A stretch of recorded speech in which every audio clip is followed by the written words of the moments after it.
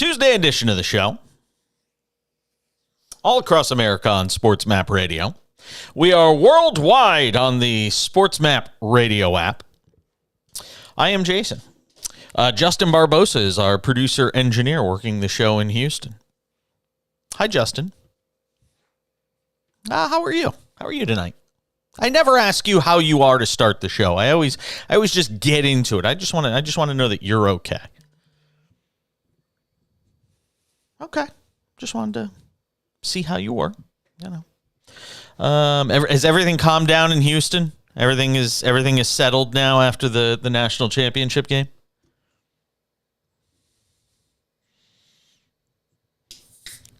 God, you don't know, man. Let me tell you something. I live in a tourist town. I live in a vacation town.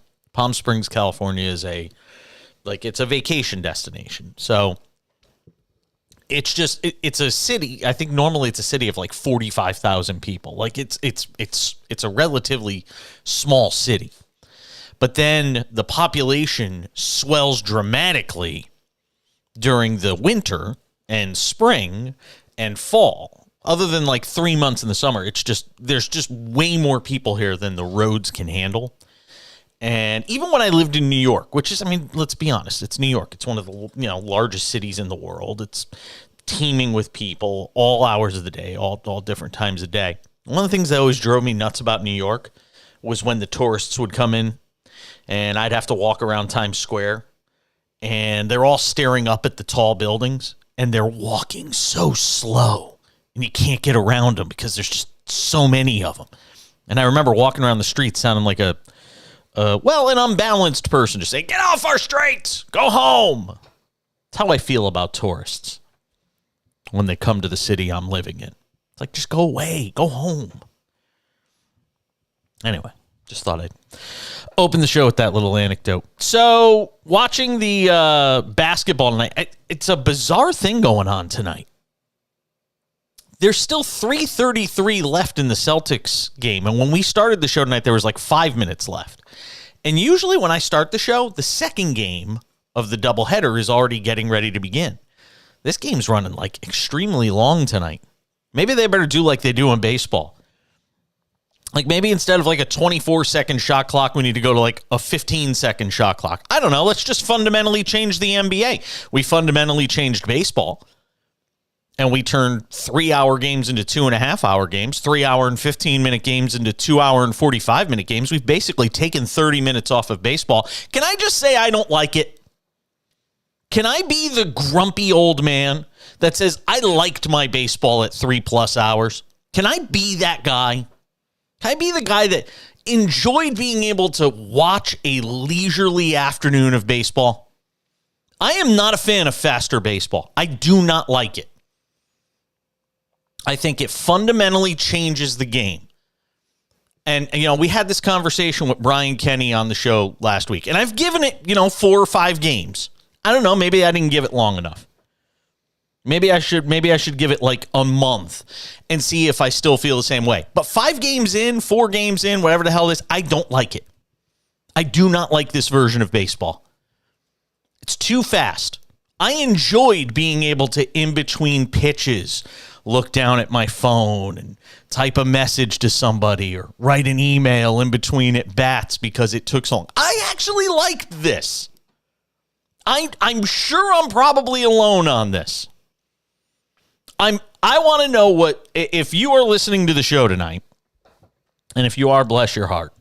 1-800-224-2004, 800-224-2004. You want to text the show? Go right ahead. The cash-in text line is officially open. 888-670-8549 from anywhere in America. It is just for you. I launched a text line on this show just for you. This is not for any other show on SportsMap Radio. It is just for my show. 888-670-8549. Because most people don't want to talk on the phone anymore. They just want to text.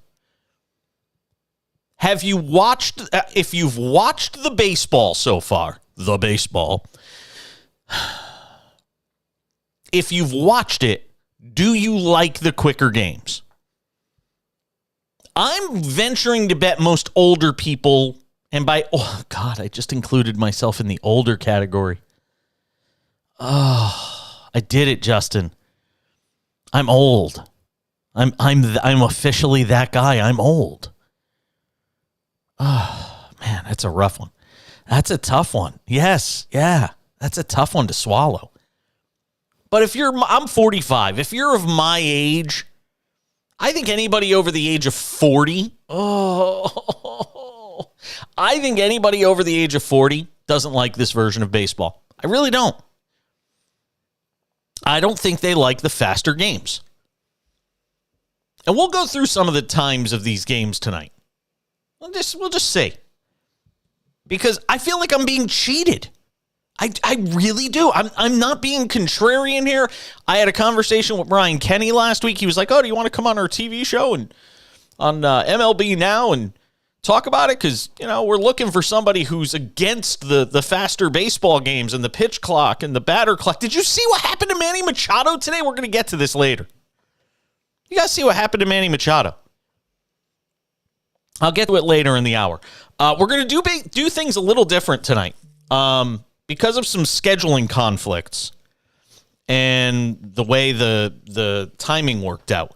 Our 2-for-1 tonight is actually going to be something different. We're gonna have a portion of Tiger Woods' press conference because Tiger doesn't talk often. Tiger doesn't do like full out 30-minute press conferences anymore. And it's very rare you're able to get inside the mind of Tiger Woods because he is still one of the most guarded professional athletes of this generation. He keeps it all inside. He's the guy that could do a 30-minute press conference, and when it's done, you're like, did we really learn anything? Because he's the master of being able to sort of manipulate the media. When he has a message to get out, he's able to get it out. When he wants to like hold back though, and put sort of this veil over things, he is as good as anybody at doing it. So coming up in 23 minutes, Tiger Woods is the 2-for-1 tonight. And I don't have to ask him a single question because all the professionals did it at Augusta today. Coming up at 8:30 p.m. Pacific, 11:30 p.m. Eastern, we're going to do 2 segments with Nick Ferguson on the show tonight. Our former NFL safety, friend of the program, somebody I really enjoy talking to. We'll get into it with him on some NFL and some other things. You'll have to stick around and find out what those are. But I am not a fan of this new version of baseball. I'm just not. You got guys, I'll do the Manny Machado stuff later, so I don't want to talk about it. But you got pitchers that are rushing up against the clock. It's just not this. It is fundamentally changing the game. I like what it's. I will say this. One of the rules I like, I'm not going to just be all down here. One of the rules I like is that you can only throw over twice. And on the third time, if you don't throw out the runner, it's a balk. I like that because I love seeing more stolen bases. You got guys running all over the place now.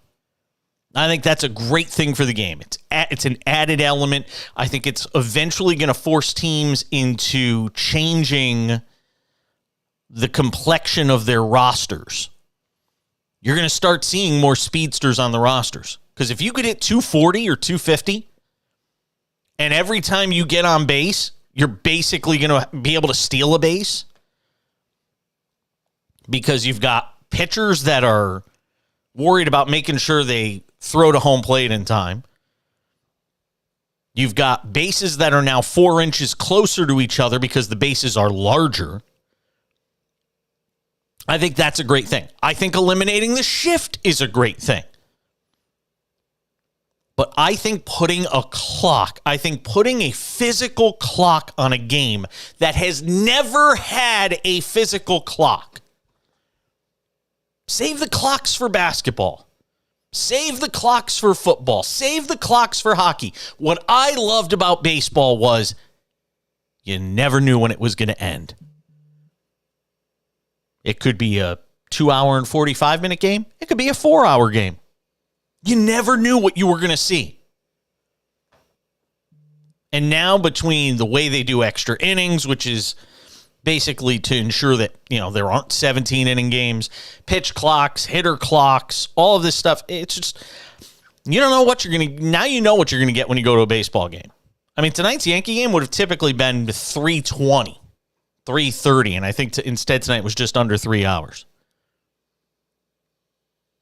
I'm sorry, I miss my baseball. I miss baseball the way it was. And again, maybe I'm in the minority on it. So I'm asking you. I'm not asking you who's on first.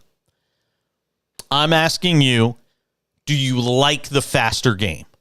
1-800-224-2004, 800-224-2004 if you want to call into the show. And if you want to text the program, 888-670-8549, 888-670-8549. By the way, you can watch us right now on Twitch, Jason Page 77, on Twitter, at The Back Page, and on YouTube, the Decibel 88 channel. All sorts of ways to get in touch with the program. You guys are reaching out on the text line. I'll get to that coming up on the other side. Couple of texts there. We'll get to those. And if you got something to say on the baseball stuff, I'm here to listen. The cash-in. We're just getting started on a Tuesday at SportsMap Radio.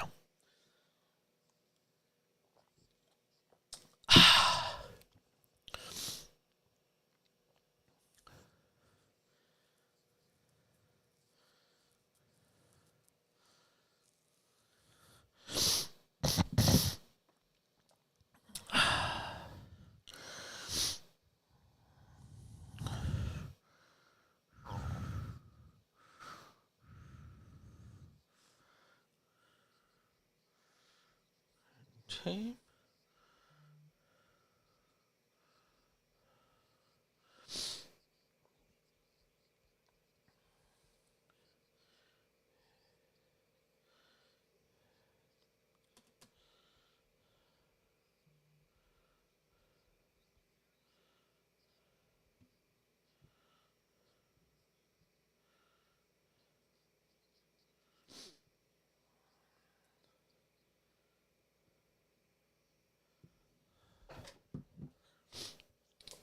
Blow my nose. I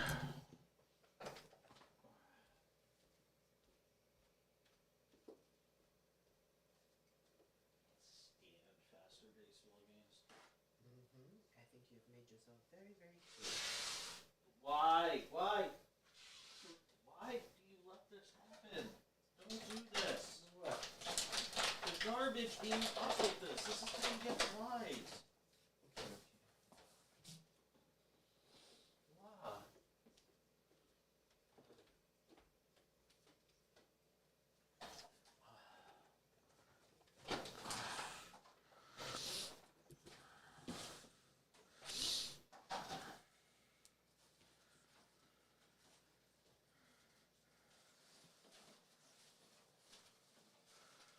Wow.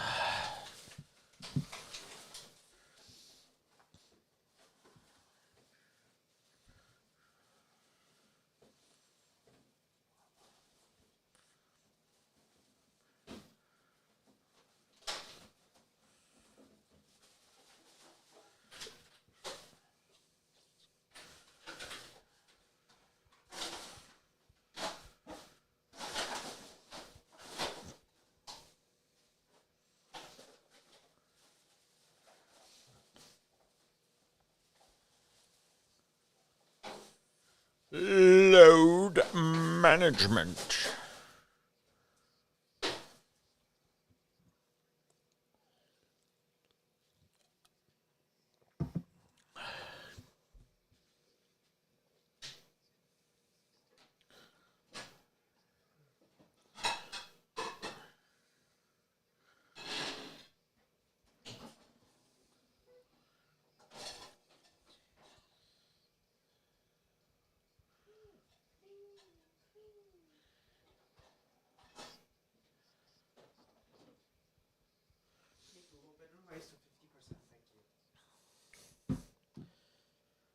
Quarter past the hour. We roll along. What do you think of baseball's faster rules? The speed of the game, I should say. The new rules geared towards a faster game. I want to hear from you if you have been watching here in the early going. And I want to know if you're like me. Do you like it? Do you not like it? I don't like it. Like I said, I enjoyed the leisurely. The leisurely pace of baseball is one of the things that distinguishes it from those other sports. I almost feel like now when they do Take Me Out to the Ball Game in the 7th inning stretch, they should sing it real fast. Take me out to the ball game, take me out to the crowd, find me something, and just sing it in really fast speed. Because that's what they've done to the game. They might as well do it with Take Me Out to the Ball Game too. Just sing it faster. Maybe I'll sing it. Can I tell you a funny story? Justin, you will not believe this. I once sang Take Me Out to the Ball Game for the 7th inning stretch at a minor league baseball game. I think I did. I think Jason Page has some dulcet tones, if I say so myself. I think I could carry it. I'm no Harry Carey. And a 1, and a 2, and a 3. I don't think I could do that. God, that just hurt my throat doing that. But I can carry Take Me Out to the Ball Game. I can do it. It was fun.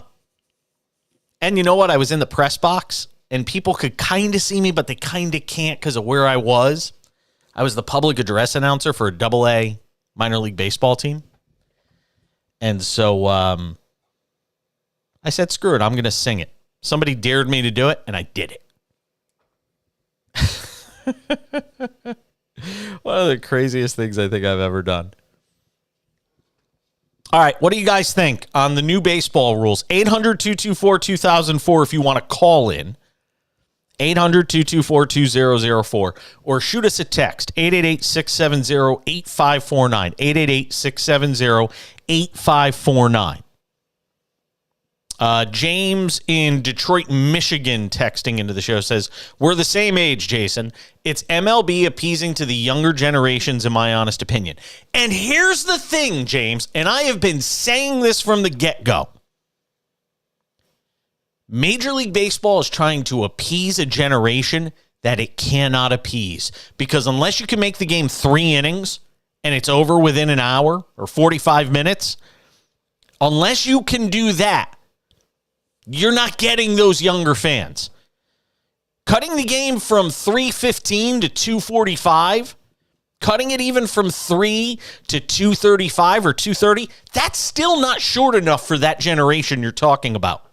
And I know because my nephew, who's also my godson, is part of that generation. And you know what he does? He plays MLB 2K23 or whatever the hell it's called on the PlayStation. You know why? Because the game's over in 45 minutes. You can play 9 innings. 45 minutes, it's done. And he can put Aaron Judge on any team he wants. Thank you. See, Justin? That's producing. Thank you. Welcome to the show. I like it. All right. Let me see here. I take a breath. I'm a little worked up about this tonight. Did you say Dave is on the phone? Oh, okay. Dave in Connecticut. Our P1 of P1s. This is early for him tonight. Dave in Connecticut, you're on with Jason Page on the Cash In on SportsMap Radio. Hi, Dave.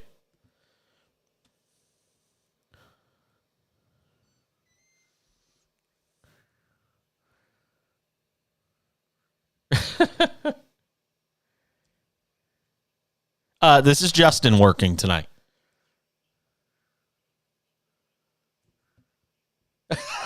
Wait a second. Justin, he called you Brian?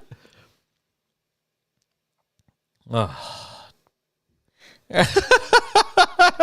oh boy. All right. Yeah. All right. Fair enough.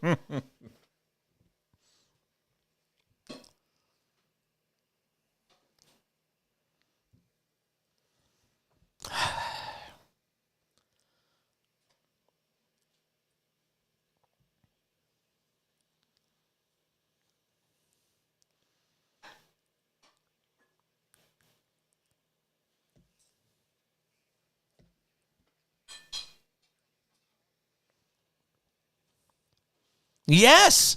Yes. Yeah. And I'll tell you another thing, Dave. Here's something else now. And David Cohn brought this up tonight on the Yankees broadcast. Yankees lose to the Phillies tonight, by the way. Phillies finally get their first win of the season.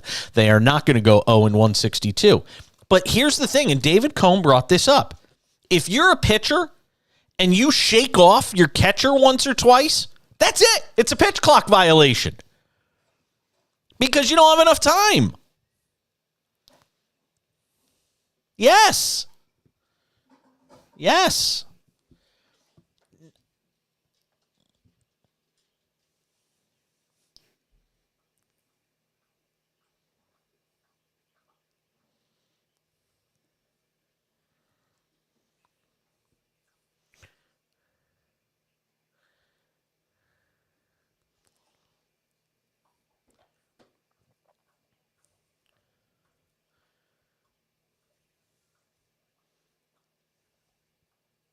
No, I don't like it. I don't like it. Like I said, yeah, go ahead.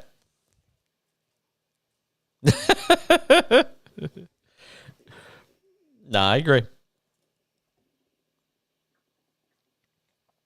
There you go.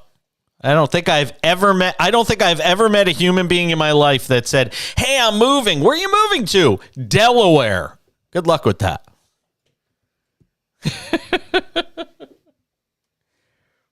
Yeah. All right, I got to go, Dave.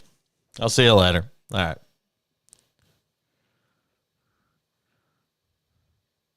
It's never going to happen. It's going to take forever. It's just going to take forever. They're saying now it's not going to be done until after the draft. I know. Goodbye, Dave. Dave in Connecticut checking in with us. He's moving to Delaware. Who moves from Connecticut to Delaware? You know, I mean, if you're going to upgrade, if you're going to make a life-changing move, you don't move to Delaware. No offense to anybody that lives in Delaware, but really? The Blue Hens of Delaware. Most famous Delaware alum that I could think of in sports is Joe Flacco. Super Bowl winning quarterback Joe Flacco went to Delaware. Other than driving through Delaware, I don't think I've ever stopped in Delaware. But, hey, all the power to you. I'm sorry, man. David Cohn made a great point, though, tonight on the broadcast. He said, if you don't trust you have to trust your catcher now because you get one or two shakeoffs and then you're talking about a pitch clock violation or you're going to have the catcher come out and use a visit. It's adding a type of strategy to the game that baseball was not meant to have. And I'm not saying it needs to be, I'm not saying there shouldn't be things that are done to make the game more exciting. Like I said, throwing over twice is cool. Stuff like that. If you throw over a third time, you don't pick them off. It's a balk. Like I'm okay with that stuff. Things to add excitement to the game. You're not adding excitement to the game with a pitch clock or a hitting clock. That's just not the way baseball was meant to be digested by fans. And again, I want to see what happens to ratings this year on TV, and I want to see what happens to attendance. Because I'm willing to bet you'll see a change in neither, which will mean all of this was for nothing. And you have now fundamentally changed the game. Now, maybe they'll massage this rule, and maybe it'll be, maybe they will add 5 seconds and start to figure out a middle ground. This is too quick. Joel Embiid has put up a 50-piece tonight, trying to stake his claim to that MVP. We'll come back to that later in the show. On the other side, you'll hear from Tiger Woods in his own words. A special 2-for-1 tonight on the Cash In on SportsMap Radio. Stay with us.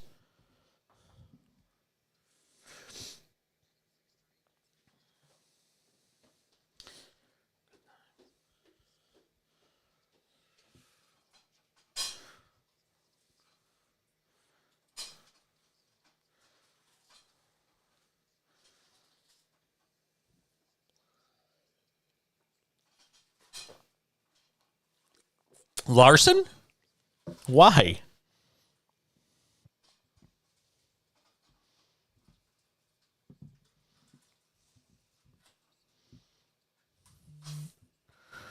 Oh, Jesus. That's funny. Yeah. I was on Greg Frank's show today. Yeah.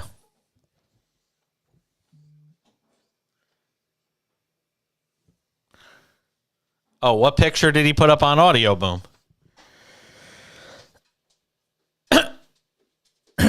Did he really? Oh, Jesus Christ, Belmer.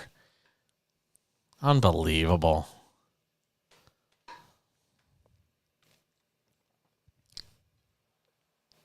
Oh, sweet Jesus.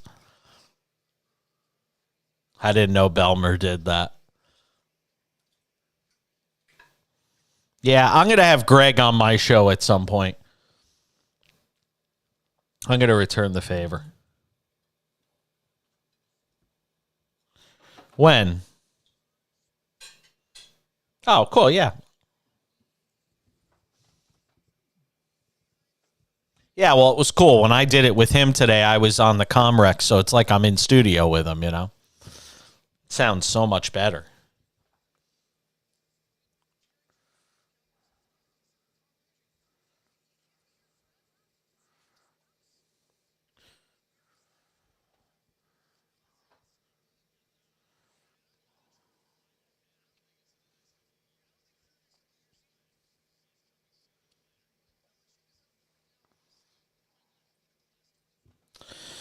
All right, I got to get Tiger ready here.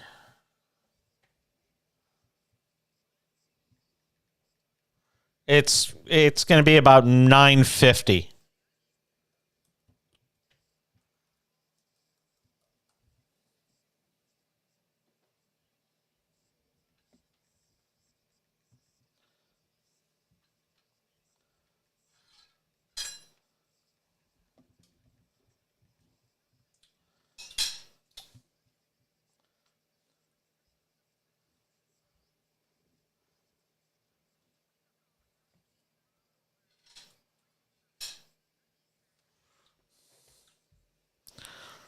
So much for that.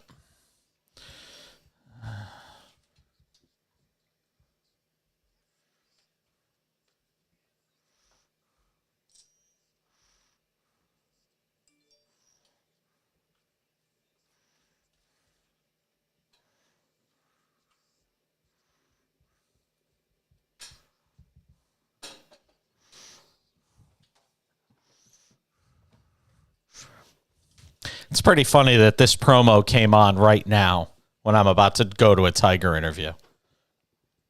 That's really kind of crazy. By the way, good job. See, that's the kind of stuff, man. If I can't come up with a name or you know something like that, just jump on and say it. You know? Just go, dude. Yes. I want that. I like to have other voices in the show.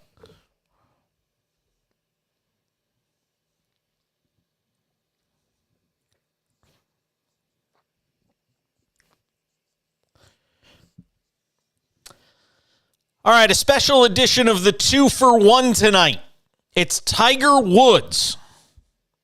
No, I didn't talk to him, but everybody else did at the Masters.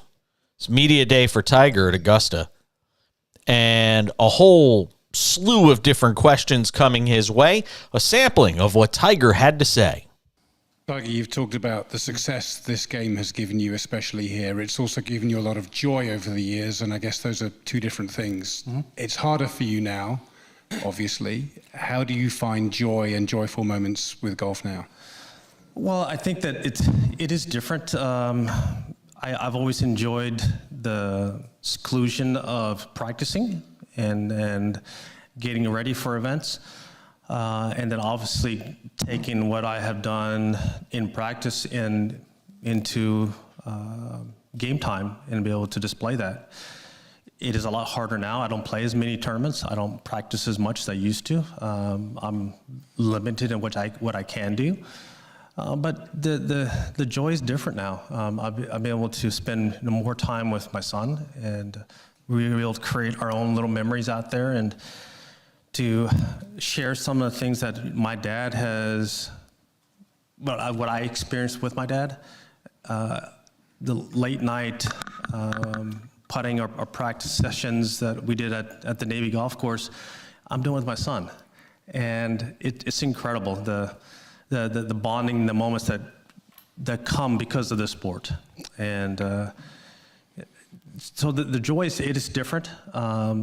I'm not able to compete and play as many tournaments or do the things I've been able to do over the years, but to be able to still share this game and share some memories and create new memories with my son, and then also pass down some of the things that I've learned. I've learned a lot of things in this game, so be able to pass that on to him and others has been fantastic. A quick follow-up. When you're playing this course, does it ever cross your mind this could be the last time? Yes, it has. I didn't know. I mean, last year was kind of I didn't know if I was going to play again at that time. For some reason, everything kind of came together, and I kind of pushed it a little bit, and I was able to make the cut, which was nice. And I don't know how many more I have in me. So just to be able to appreciate the time that I have here and cherish the memories, but still just look at the golf course and it looks like it's been here for over 100 years and it hadn't changed. Each and every year we come here and everything has changed since I first played here.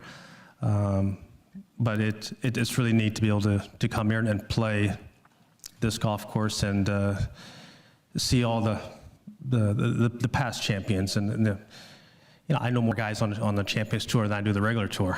So to be able to see them again and catch up with these guys it's and again, look at my last couple of days playing with Fred. I mean, it's the best. I mean, we don't get a chance to play very often. I mean, he was like my dad on tour when I first came out here, and be able to see him at 63 years old pumping it out there and having a great time.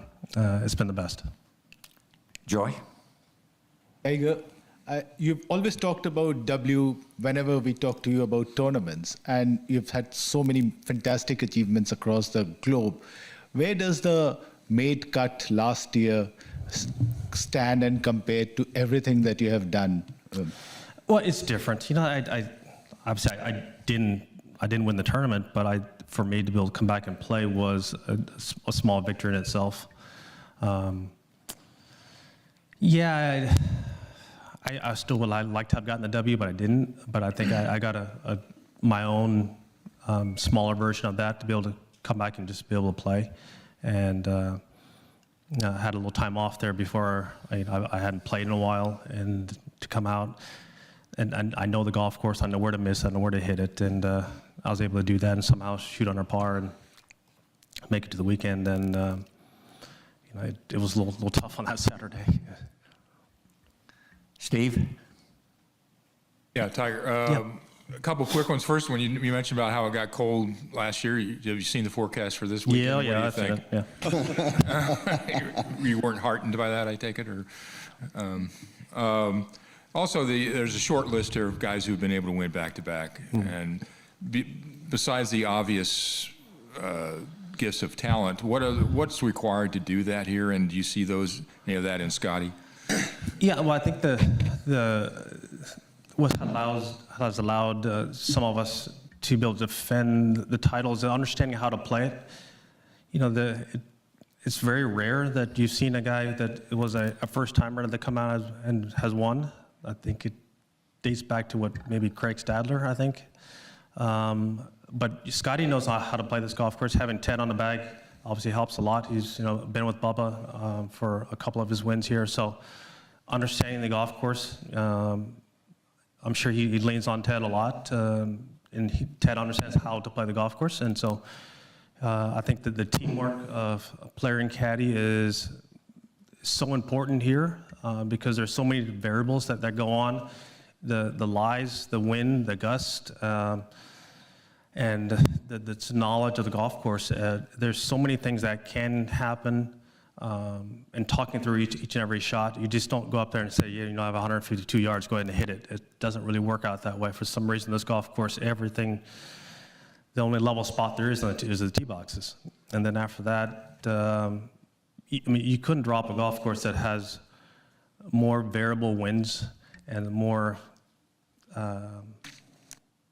penalties for a shot that is 1 yard off. A shot that is 1 yard could mean 40, 50 feet on a putt. So it's just understanding that, having that patience, and having that knowledge. And you look at the guys who have won back to back. We've all been pretty patient players. Stephen? In the back. Tiger, Rory McIlroy has spoken of the fondness and the relationship and friendship that he has built with you, and has appreciated much of the advice that you have given. As someone who has won the Grand Slam, what would you say to him as he tries to join that exclusive club this week? Well, he will. It's just a matter of time. Rory has the talent, he has the game, he has all the tools to win here. It's just a matter of time. It takes, a lot of things have to happen to win at this golf course. A lot of things have to go right. And I think Rory has shown over the years that he's learned how to play this golf course. You just have to understand how to play it. And he's been there. Last year he made a great run, put himself there. But I think that it's just a matter of time, whether it's this year or next or whenever it comes. He will get it done, and he will have the career Grand Slam. It's just that, what year it'll be. It will definitely happen. Jimmy Roberts? Tiger, Rory, speaking of him just in here, and he was talking about how you've still obviously got all the shots and everything, but the mobility. Can you give us a sense of where you are mobility-wise? Yeah, mobility it's not where I would like it, but it's as I've said here, I've said to you guys before that I'm very lucky to have this leg. It's mine, and so yes, it has been altered and there's some hardware in there, but it's still mine, and it has been tough, and it will always be tough. The mobility and endurance and what my leg will do going forward, it will never be the same. I understand that. It's one of the reasons why I can't prepare, I can't play as many tournaments I'd like. But that's my future, and that's okay. I'm okay with that. Doug? How much hardware is in there? Say again? How much hardware is in there? How much hardware? Hardware is in your There's leg. a lot. Yeah. Tiger, of all the practice rounds you've played with people over the years, do you think the guys you're playing with now, Tom, Rory, JT later, do you think they look at you as a threat in terms of the tournament, and should they? Well, I don't know if I threat or not. It just, I think it's understanding, picking some guys' brains and trying to figure out what they need to do to win this tournament. Hey, I was lucky enough to have played with Freddie and Raymond my first year, and Seve and Ollie. That was incredible. And then Jack and Arnold and go off to the par 3 contest with those guys. That's what this tournament allows us to do is pass on knowledge and gain knowledge from the past and apply it. And whether I'm a threat to them or not, who knows? People probably didn't think I was a threat in 19 either, but it kind of turned out okay. Loved a lot of what you heard there from Tiger Woods. I'll have some comments on on some of what Woods had to say. And we'll also hear a brief clip from Phil Mickelson today because he met briefly with reporters. So we'll hear from Phil. We'll get into some of the odds for the Masters as well. Oh, yeah. I got to tell you about that Manny Machado play. It's all next.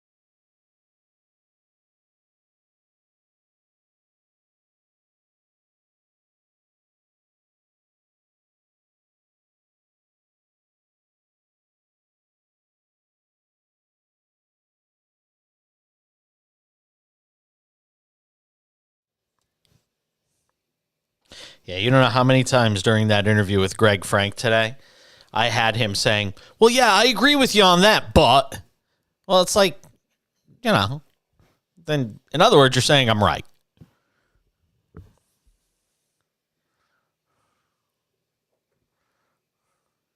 I mean, really.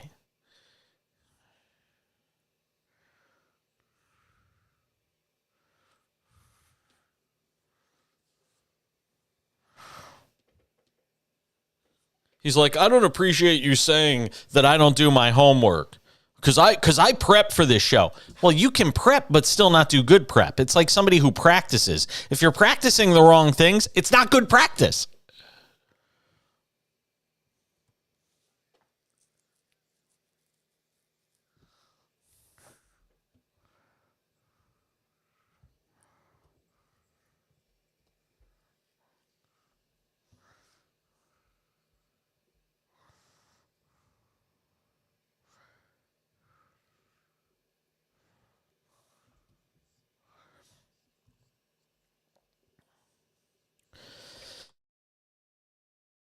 One of the things about what Tiger said today that I found most interesting was about passing on knowledge to other golfers and giving them some, tips on the course and stuff like that. If you had told me 10 years ago that when he was, whatever, however old he is now, that Tiger would be that sort of ambassador for the game and sort of, the player that was out there helping other players that were coming up, especially at the Masters itself. Now, if you want to go play a practice round at some nameless course somewhere and Tiger's giving out advice to, Justin Thomas or something, all right, that I get. But to be at Augusta and to be sitting there, actually trying to help other golfers and give them information that could potentially help them beat you in one of the events, if not the event that means the most to you, it tells you a lot about where Tiger is. And you know what it tells you? The guy's really comfortable with who he is and where he is in life. We all like to think that Tiger's pursuit of Jack, right? And the golf all-time majors, right? We all like to think that 18, Jack Nicklaus has 18, Tiger's got 15. We always like to think that that was it, the Tiger. And earlier in his career, he was singularly focused on that. That was his motivation. He wanted to be better than Jack. But given all the physical shortcomings he has had and all the different, off-the-course things that have plagued him, he's obviously sort of reshaped his goals and his expectations. Yeah, he still thinks he can go out there. I mean, 4 years ago is not that long ago where he won. And, we're at a point now where he's 22 years from, we're at a point now. He went 22 years from his first major until his last major in 2019. Jack went 24 years. So if Tiger wins now, he will have gone a longer span between his first major and his most recent major if he is to win one. And I am one of those people. And you know what? Say what you want. When Tiger, before Tiger won that Masters, I had an argument. I think I had an argument. Gosh, was it 2010, 2011? I don't remember. But I had an argument with John Buccigross over Twitter, who and I love Bucci. He's on ESPN. Does a lot with the hockey now. And Buccigross and I had a little debate on Twitter about whether Tiger would ever either win one more major. And he did. He won the Masters after not winning for so many years. And I would never count out Tiger. And I said it last night on the show. He is plus 7,000. Plus 7,000 to win the Masters. How do you not throw $100 on him? He's Tiger Woods. He's Tiger Woods. He's got 5 Masters. How would you not throw $100 on him if you got it? I mean, I would. I'll tell you somebody I would not put money on. That's Phil Mickelson. He couldn't hit his way out of a paper bag right now. He has slimmed down, though. Kudos to him on that. I'll always applaud anybody who loses weight. So here's Mickelson today at Augusta National talking about what he calls his favorite week. It's been great. Yeah, it's fun to be back. It's everybody's been wonderful. Did you expect any different, Phil? No. I mean, everybody here is so classy, and gosh, it's fun to be here. Being here and being a part of it and being able to experience this great place and what it means is so fun, because as a kid, you grow up dreaming about being a part of this. You dream of winning it, being in contention, and then when you actually are a pro and you are playing here, you're like, wow, I want to be a part of this every year. And that's the coolest thing about having won here, is that you're part of this event and part of the history, and it's a really, really special thing. Do you feel you could win this week? Is that in the realm of possibility?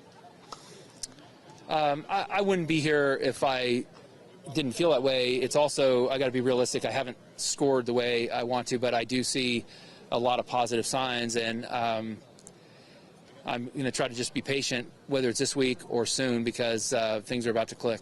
He has been abysmal with a capital A on the Live Tour. He has been absolutely abysmal. And that's the second-rate tour. I'm supposed to believe that Phil Mickelson... Look, I mean, if you've got money to burn and you want to go and throw a couple of shekels on Phil Mickelson and hope something magical happens, I mean, he's plus 28,000 to win the Masters. I mean, I could go out there and get those odds. I mean, I could go play. Well, all right. They'd have to put me at the forward tees, but he's plus 28,000. Put $100 on him, you win 28,000 if he wins. By the way, and you can't see this unless you're watching video. Actually, we didn't even have the video. We just had the audio. But I could see the video. Mickelson was wearing his Live Golf apparel, his team cap for his golf team at Live. Yeah. Wearing his Live apparel. How nice. How nice. All right, I called it one of the low points already in the speedier baseball era. We saw it today. Manny Machado and the San Diego Padres at home playing against, let's see, who did they play against? Hey, Arizona. And, well, take a listen for yourself. Manny was not ready. Juan has been ejected. Was it Machado? Yep, it was Machado. He got ejected. Manny was ejected. Part of the season, throwing 2-0 breaking balls, 3-1 breaking balls, even full count breaking balls at times. That's a strikeout. There's a violation. Ron Culpa just rung up Manny Machado. We're on the clock here this year, and that's an automatic strike, and it happens to be strike 3. Here comes Bob Melvin. Ron Culpa, the crew chief, behind the plate. And somebody's been ejected. Looks like Machado. The inning just ended on a pitch timer violation with Manny Machado at the plate, and now it looks like his day may be done. I wonder, does the pitcher, can we find out about this, Justin? I got a task for you. Maybe I'll look it up at the top of the hour. I'll look myself. Does the pitcher get credit for a strikeout? And the batter gets credited for a strikeout? That just doesn't seem right. It's not a strikeout. It's a violation. If you want to put in strike violations and add it as a statistic, knock yourself out. We've got a statistic for everything else in baseball. There's WAR. There's this stat. There's percentage of plays that would win the game. And oh my God, make it stop. Just make it stop. What are we doing to this game?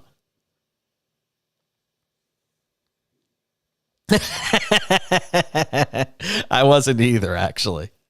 And he had a pretty short fuse. But I guess technically Machado's arguing balls and strikes if that's considered a strike. So you got to throw him out.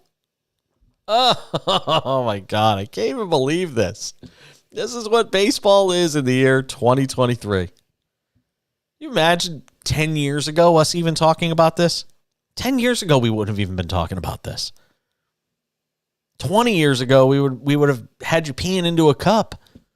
This is crazy. What are we doing to this game? I don't like it. Do you guys like the faster games? Let me know. 1-800-224-2004, 800-224-2004. You want to text the show? We have a cash-in exclusive text line. 888-670-8549. 888-670-8549. If you are somebody that likes the faster game, I want to know. If you don't like it, let me know. Like I said, I think if you're 40 and over, you don't like it.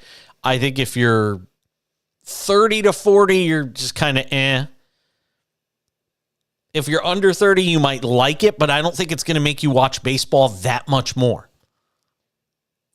That generation wants everything to be a half hour or less. Think about podcasting. There's a great point to make about this. I'll come back and tell you about it. Stay with us. Another hour of the cash in right around the corner. Burner phone gate. We're going to get into that too. Stay with us.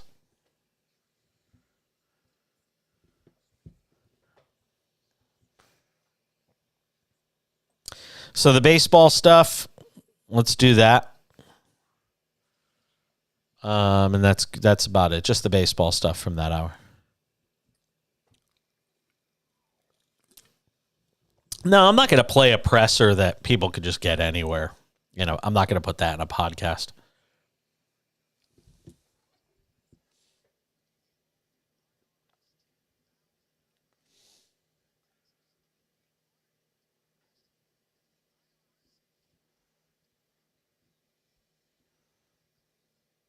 It's a good little jab at Ron Culpa, by the way.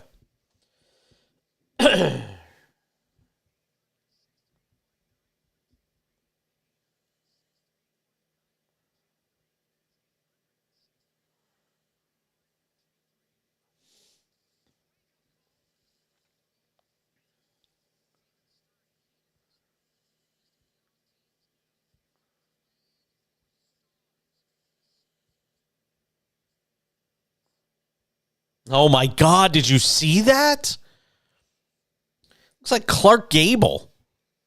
It's terrible.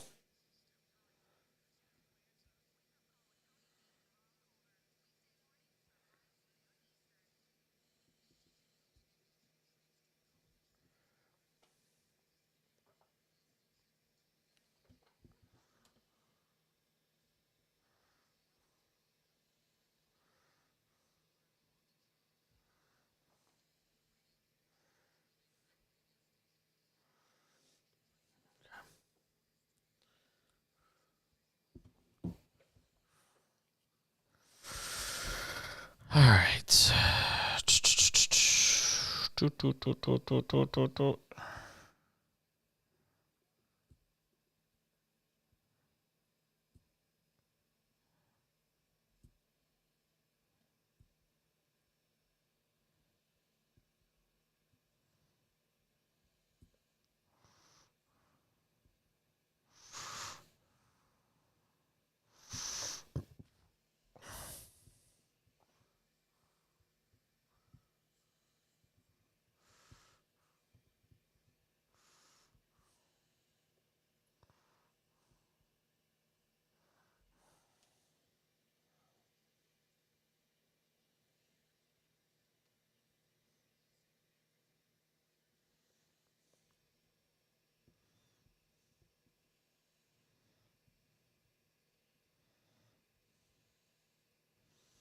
No, it's not changed for the good.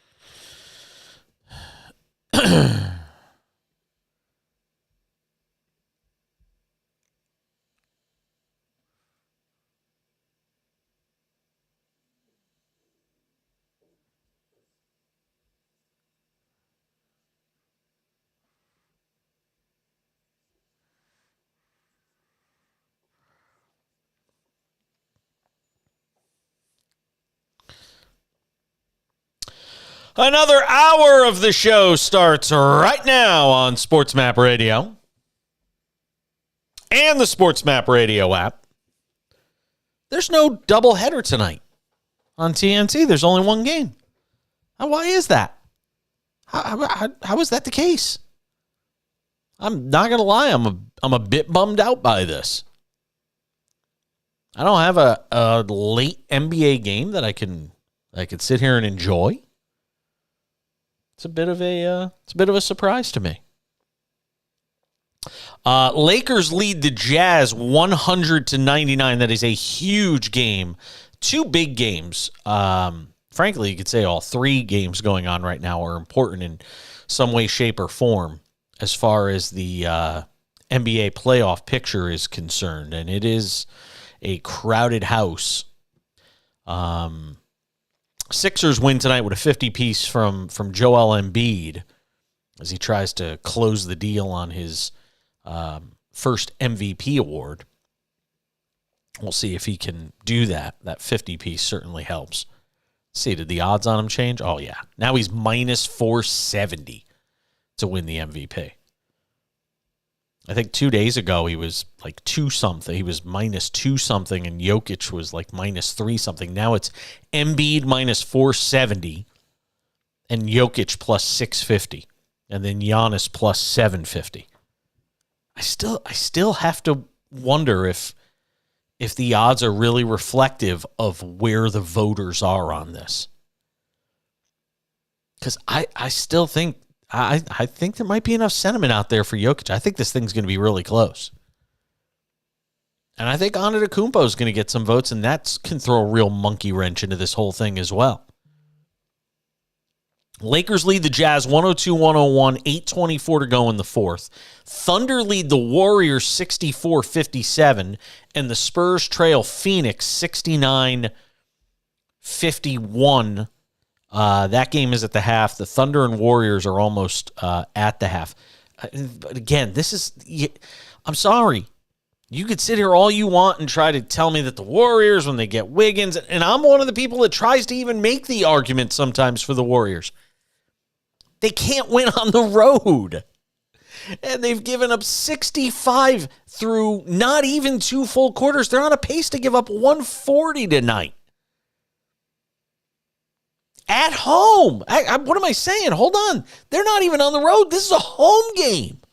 At home right now. In a game that makes the difference. I mean, the playoffs have basically started now for the Warriors. They lose tonight. Lakers win. Lakers are in a tie for 5th and 6th in the West. And they would be 6th because I know the Clippers would have any sort of tie break with the Lakers. But the Warriors are on the verge right now of falling into the play-in tournament. If they lose tonight, they'll have 2 games left. And the Lakers will have 3 left. LeBron, I'm going to tell you right now, LeBron's going to push that Lakers team. If he's got, and Anthony Davis has obviously been great, but LeBron's not letting the Lakers wind up in that play-in tournament. I'll tell you right now.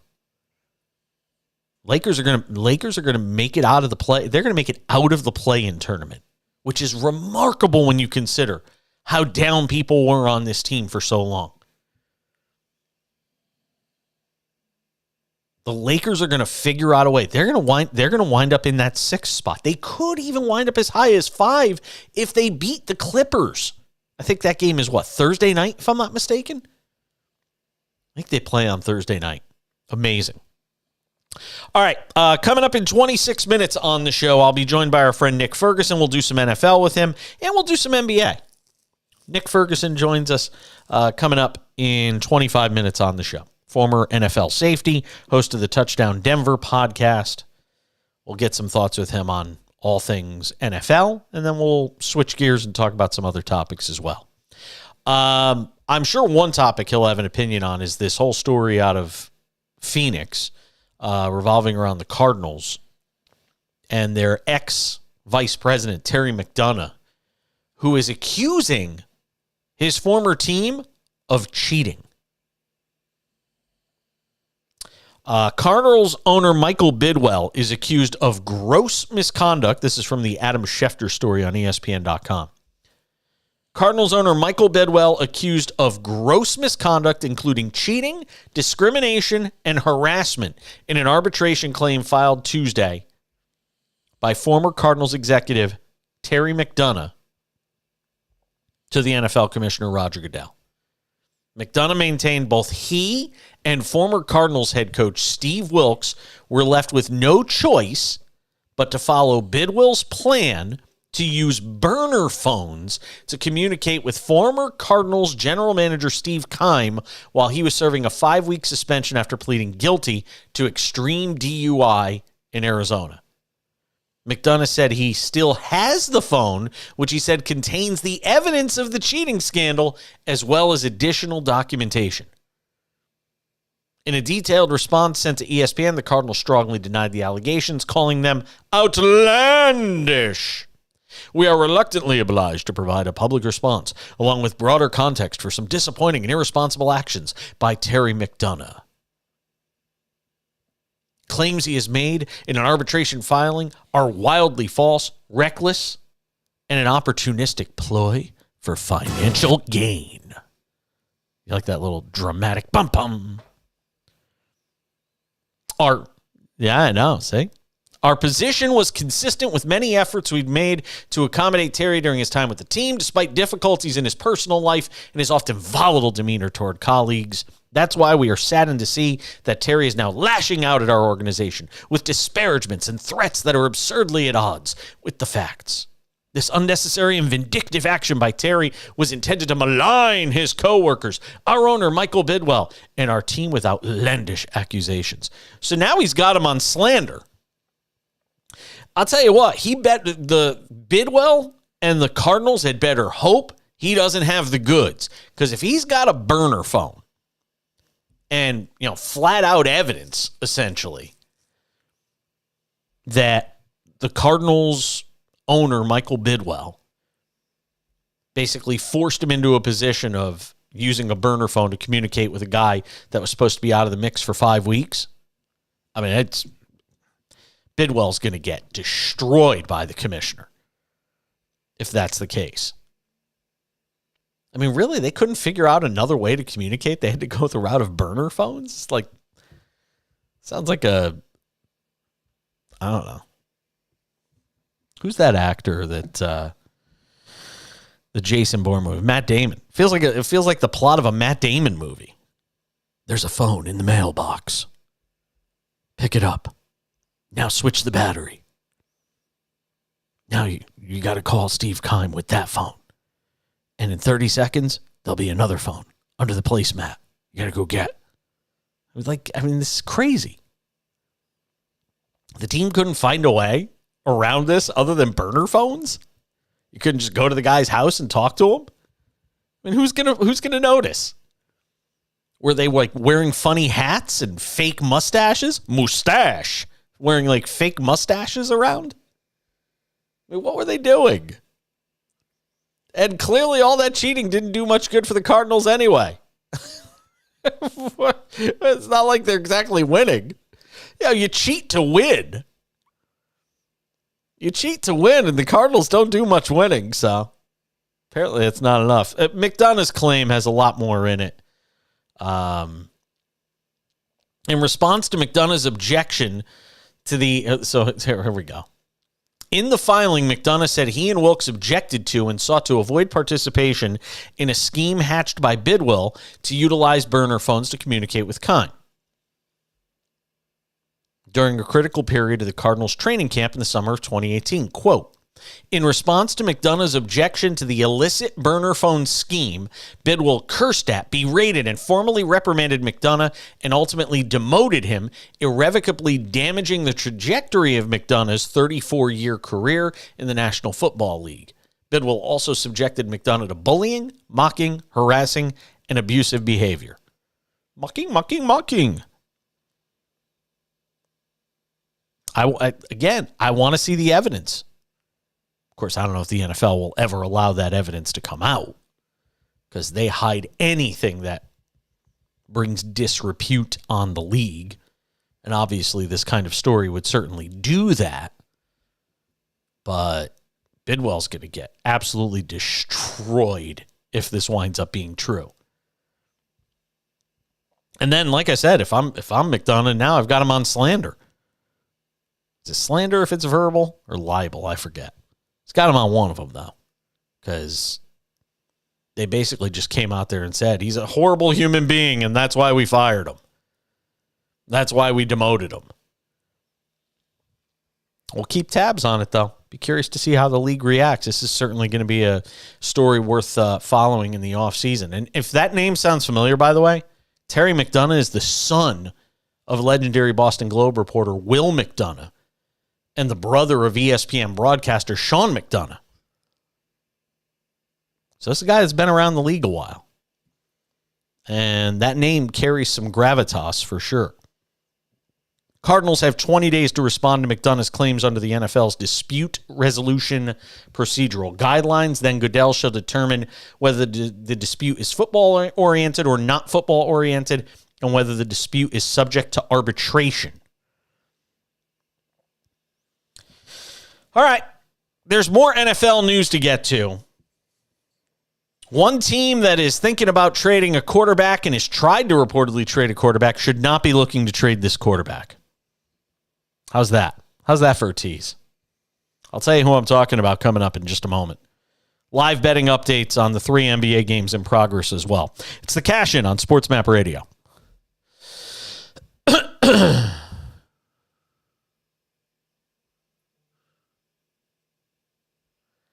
I accidentally closed the text. Yeah, apparently I did. La, da, da, la, la, da, da, da, da, da, da.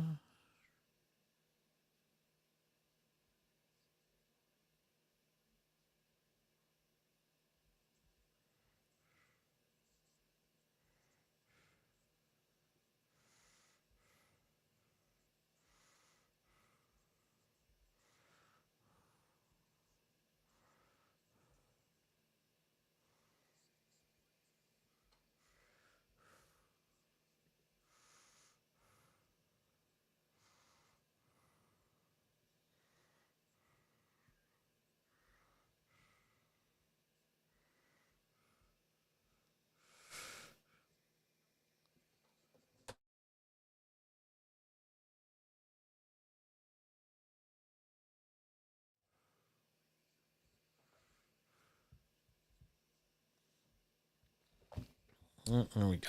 Wow. Oklahoma City's got 79 at halftime in Golden State.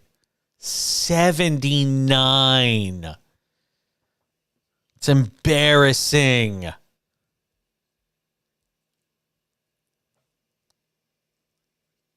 Gosh, so bad.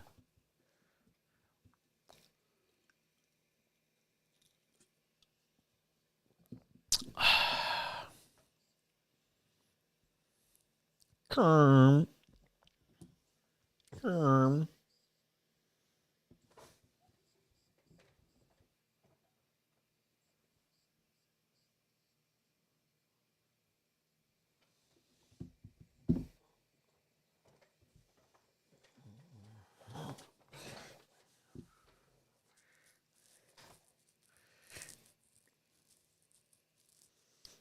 Why?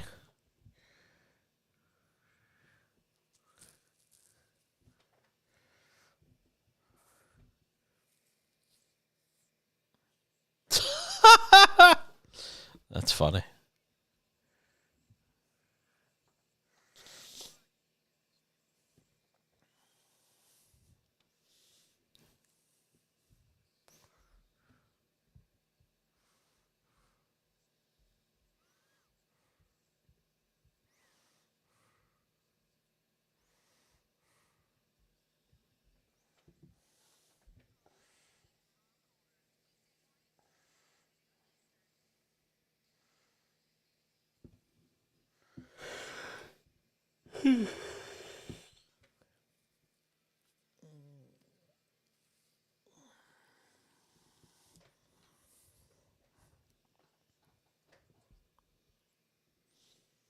Coming up in 15 minutes, Nick Ferguson, host of the Touchdown Denver podcast, sports radio host in the Denver area as well, former NFL safety.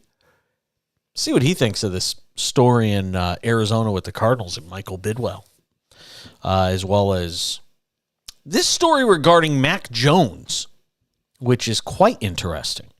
So apparently, and we'll get to some live betting here in a couple minutes, Lakers lead the Jazz 114-109, 3:38 to go in the fourth quarter. At the half, Thunder on top of the Warriors, 79-69. Home game for the Warriors. Their season in terms of whether they play in the play-in tournament or 6th seed is at stake, and they've given up 79 in the first half to the Oklahoma City Thunder, who, in case you haven't known through the first 79 or 80 games of the year, have not had Chet Holmgren all year. And Oklahoma City is going to make the playoffs. Play-in tournament, they're going to get in. I mean, that's amazing. Suns lead the Spurs at the half, 69-51. Phoenix looking to hang on to that 4th seed. I tell you what, man, if you're the Lakers, get to 6, you get the Kings in the first round, that's a winnable series for the Lakers. I'll guarantee you there'll be a lot of people that'll pick the Lakers to beat the Kings in a 7-game series. That is not who the Kings want to see in the playoffs in the first round. You fight all year to get a 3 seed, and you got to go against LeBron and Anthony Davis in the first round. Good luck. And the Lakers could score, and the Kings can't defend. And the one thing the Lakers do fairly well is defend. I'll pick the Lakers to win that series. If they play Sacramento in the first round, I will take the Lakers. You take the Kings, I'll take the Lakers. So interesting story out of New England involving the Patriots. And I guess it's not a huge surprise, but apparently the team, apparently the team has had trade talks with multiple teams regarding Mac Jones. This according to Mike Florio of Pro Football Talk, who's a pretty reliable source. According to Florio, head coach Bill Belichick had been trying to trade Mac Jones to several teams. Once the 2022 season ended, Belichick tried it, and now reportedly those trade talks have fired up again. Which makes you wonder, are the Patriots in on Lamar Jackson? Because if you're trying to trade Mac Jones, I don't know what kind of draft stock you're going to get for him, given the fact that you're basically telling a team, just take him off our hands because we don't think he's that good. And here's what, look, I got to say this. I think Mac Jones has gotten really a pretty unfair shake as far as his time in New England. He's had to play for 2 different offensive coordinators, the last of which wasn't even an offensive coordinator. He was a defensive coordinator masquerading as an offensive coordinator. His first season in the league, he was 10-7. He was 10-7 in his first year. I mean, that's not bad. And that team had nothing to put with him. 22 touchdowns, 13 interceptions, starting as a rookie with no help in the receiving game. And then last year, the injuries, the inconsistent play, 6-8. But again, he had even less to work with last year than he did the first year. And again, it's up to a head coach to put his players in the best position to succeed. It's up to the GM to put his coaches in the best position to succeed. But when your GM and the coach is one and the same, and he's not putting anybody in a position to succeed, I wonder. I really do wonder if Belichick makes it to Don Shula's mark. All-time coaching wins. All-time NFL coaching wins record. I wonder if he gets there. Because if they have another bad season, If they have another bad year, you've got to wonder if Robert Kraft pulls the plug. Belichick's at 298. He's 30 wins behind Don Shula. 30 wins behind Don Shula. 328 wins, 156 losses. Belichick is at 298. That means he's going to have two more. No, he's going to need 3 seasons. He's not going to do this in 2 years. I mean, unless he averages 10 wins a year for the next. Yeah, no, you're looking at 3 years. Unless he averages 15 wins the next 2 years, and I don't think there's anybody who's hyped up enough on anything to think that's going to happen. Is Belichick making it 3 more full years in New England with the direction that organization is going, combined with what else is in the division? You know the Jets, if assuming they get Aaron Rodgers, are going to be better than the Patriots next year. You know the Bills are already better than the Patriots. And the Dolphins, well, the situation's a little muddied. But I think the Patriots are the worst team in the division. If the Jets get Aaron Rodgers, I mean, it could. There's a possibility it would take 4 years for Belichick to get to the mark set by Don Shula. And I don't think Robert Kraft's going to sit around on, hanging on to Bill Belichick if he continues to struggle this way and makes poor decisions on top of it that set the franchise even further back. Now, there's been talk that Robert Kraft has had an over my dead body mentality when it comes to Mac Jones and the idea of trading him. And that might be a line in the sand between the two. But here's an interesting question. If Belichick doesn't break the record in New England, would he go coach somewhere else just to break the record? Or would he retire, 20 wins short, 15 wins short? He strikes me as a guy that's a historian of the game. He strikes me as the guy that has an appreciation for what that mark, 328, would mean. I mean, the only other guy that could potentially get there would be Andy Reid. But Andy Reid would have to coach another 80 wins. He'd have to coach another 6 or 7 years. Is Andy Reid going to get there? I don't think so. By the way, the best of all of them in terms of coaching percentage, win percentage, is George Halas.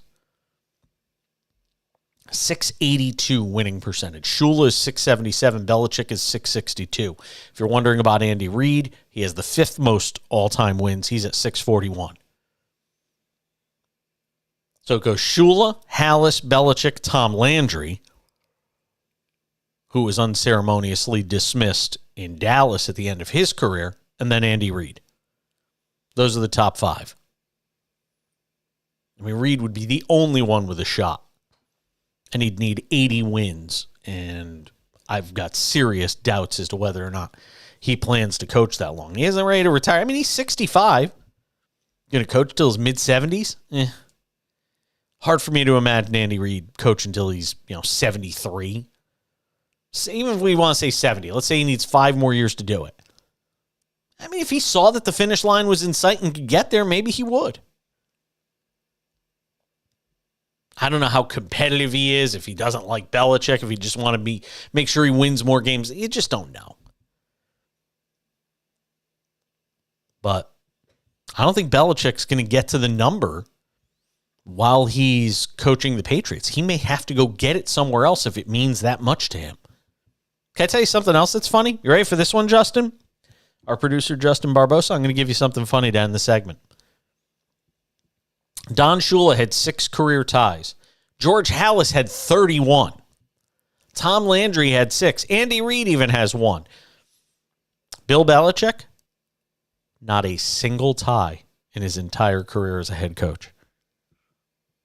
How interesting. coached 350 games. Wow, no, what am I saying? 450 games. He's coached 450 games. He's never had a tie. Everybody else, Tom Coughlin didn't have one, but he only had 170 wins. Mike Shanahan didn't have one. Mike Holmgren didn't have one. But, I mean, we're talking about, in the case of Belichick, 450 games he's been a head coach. Never had a tie. Nick Ferguson, former NFL safety, on the other side. Let's do some more NFL chatter with him on the Cash-In at SportsMap Radio.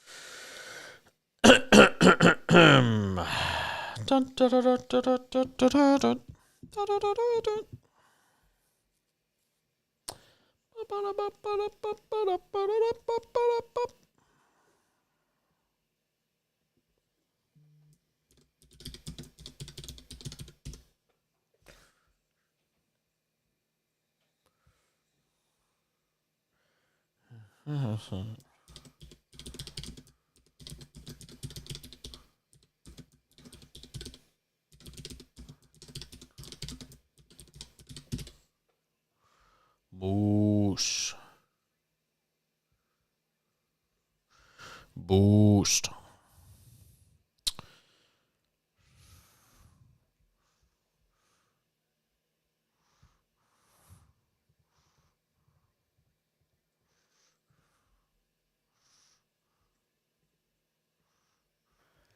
We roll along on this Monday edition of the show. And remind you, if you haven't done so yet, go and sign up for playfortickets.com.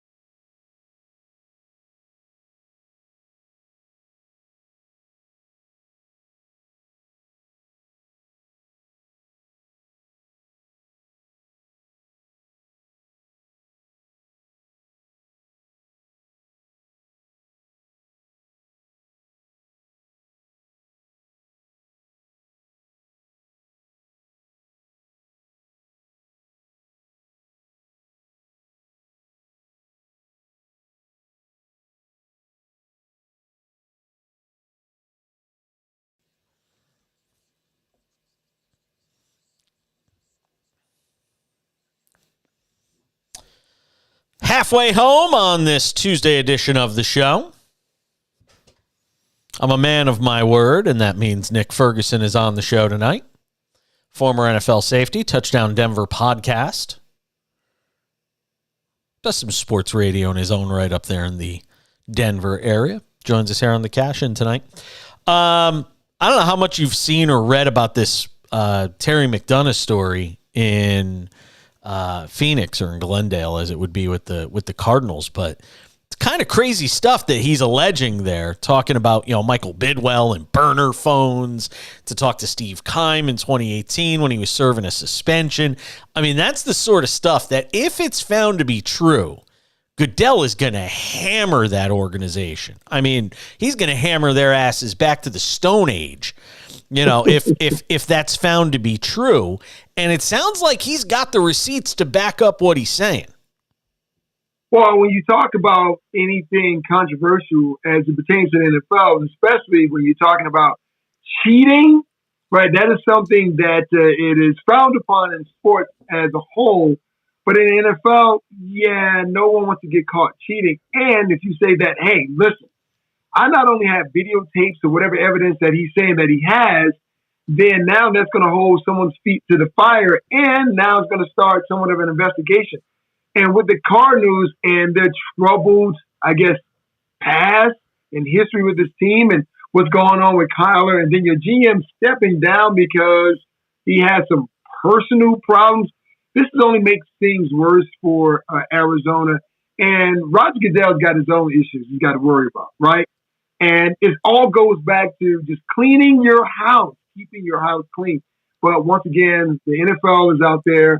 Could possibly be another black eye for the league. I hope this stuff isn't true, but if it is, man, it's going to be a big bombshell. That's why you got to be careful, too, to keep your people happy, because if you ask somebody to do something untoward, like Bidwell allegedly asked Terry McDonough to do, and then for whatever reason there's a falling out and he doesn't want to do it or he does it or whatever happens, and you go and treat this guy like garbage, I mean, you've got to be smarter than that, especially if you think the guy might have receipts on you. I mean, Bidwell's got to be smarter than that. Well, see, you're giving Bidwell and so many other people who've been caught up in these scandals too much credit, because the idea is that, hey, I'm too big to fail, and I'm the guy that everyone's looking to. So if I ask you to do something for me, you're going to do it, and then you're going to keep that to yourself. Just think about the whole situation that happened with Brian Flores down in Miami, right? Stephen Ross is asking me to basically take a dive so we can move up our draft status to pick up Tua. The Dolphins got Tua. Flores finds himself out with the Miami Dolphins, and we still don't know anything about that particular situation, but it goes to say this. There's no honor amongst thieves. I remember I heard that when I was a kid. So the whole idea, hey, if they got me, they got everybody. That's the whole idea. No one's going down by themselves. Taking everybody down with them. Knows where all the bodies. No, he knows where all the bodies are buried too. Former NFL safety Nick Ferguson, Touchdown Denver podcast, joins us here on the Cash In on SportsMap Radio. I was just talking about Mac Jones before we got you on, and when I hear that Bill Belichick, it seems like he's hell bent on trying to trade him away. Two things come to mind. One, I don't think Mac Jones has gotten a fair shake. He's had nobody to throw the football to. He's had two different offensive coordinators, the second of which was actually a defensive coordinator. And all the guy did in his first season was go 10-7 and make the playoffs. I mean, how is Mac Jones being exiled by Bill Belichick? Well, this is what happens. Why did you hold on a second? Why did you have this look on your face? People can't see it. We're going to have to do these calls on video so people can see it. Why did you have this curious look on your face as if I was saying something that somehow offended your sensibilities?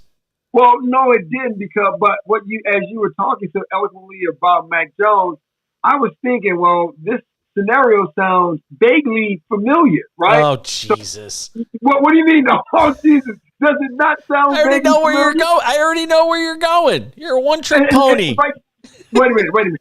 So because you know where I'm going, that means that you're thinking about it too. Now that I put it in the atmosphere, this is vaguely similar to what's going on with Baltimore with Lamar Jackson, is it not? There's a difference. Mac Jones makes nothing, and Lamar Jackson wants $45 million a year.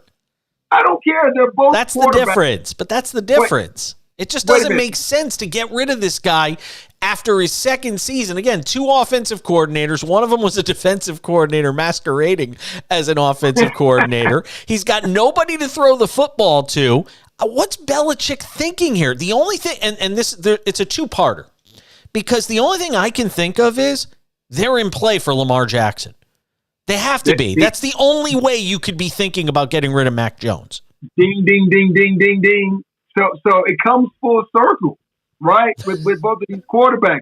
I mean, Lamar didn't have anyone to throw to, right? I mean, same thing as Mac Jones. Mac Jones had an amazing rookie campaign. And when you look at what Lamar has been able to do, he's been fantastic in his own right. So it would be great for Lamar to go to New England. I mean, that would be fun to actually watch. Just think about what it would be like in the AFC East. No, right? no. Aaron Rodgers. He's going to have the same problem. He's got nobody to throw the football to there. And they can't protect Mac Jones, so he's going to be running all over the place. It's going to be a poor man's version of what they have with him in Baltimore. Well, here's the difference then, because now he would figure that maybe now being in New England, maybe he now gets his money. And then when you think about some of the players that they did acquire free agency, they still have Kendrick Bourne is still there. They also have Devontae Parker who's there. And then they signed Juju Smith-Schuster, right? I do like the Schuster signing. I did like the Schuster signing. You throw Lamar in that offense, now he has more wide receivers than he had in Baltimore. So it definitely makes sense. Both people get exactly what they want. I just wonder I wonder how much they could even afford to offer him.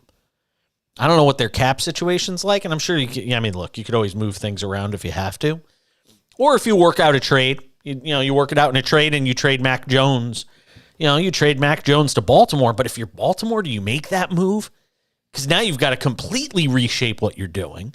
I mean, you're talking about a different type of quarterback, not a guy who could run around and make plays with his legs. I mean, you got to completely retool your offense if you're Baltimore in that situation. I don't know. Maybe that's palatable. I don't know.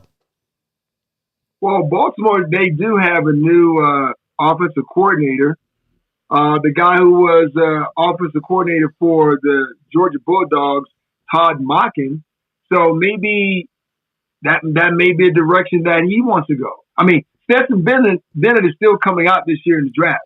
So Baltimore still can go that direction too as well.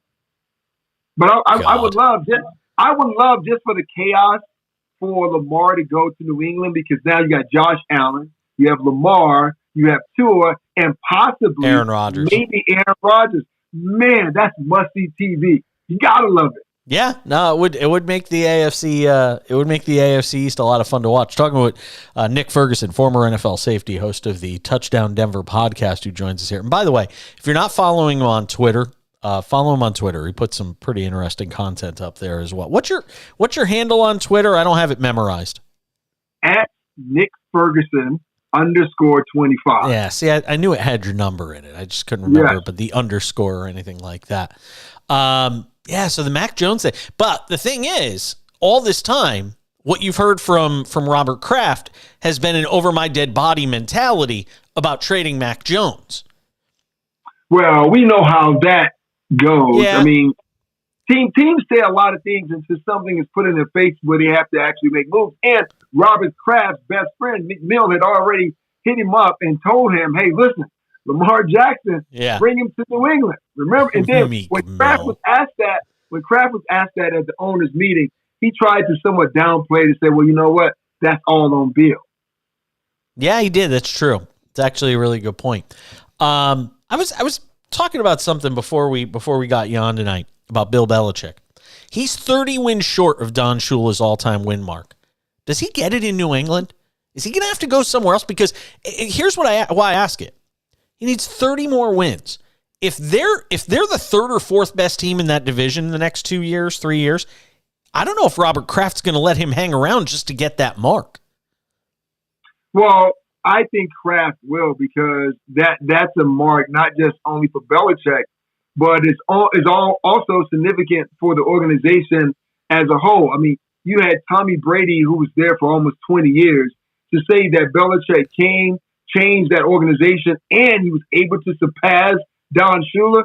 That's big. You don't want Bill to do that and break that record. You could have in arguably, another organization. you wind up having arguably the greatest quarterback of all time, or maybe inarguably, and the greatest head coach of all time. And so I could understand if that's the reason he wants to hang on to him. We're going to hang on to Nick Ferguson. We're not going to release him. He's coming back. We're going to talk to him on the other side about some things other than the NFL. Why? Because I feel like it. I'm Jason Page. It's my show. I get to do what I want. It's the Cash In on SportsMap Radio. Stay with us.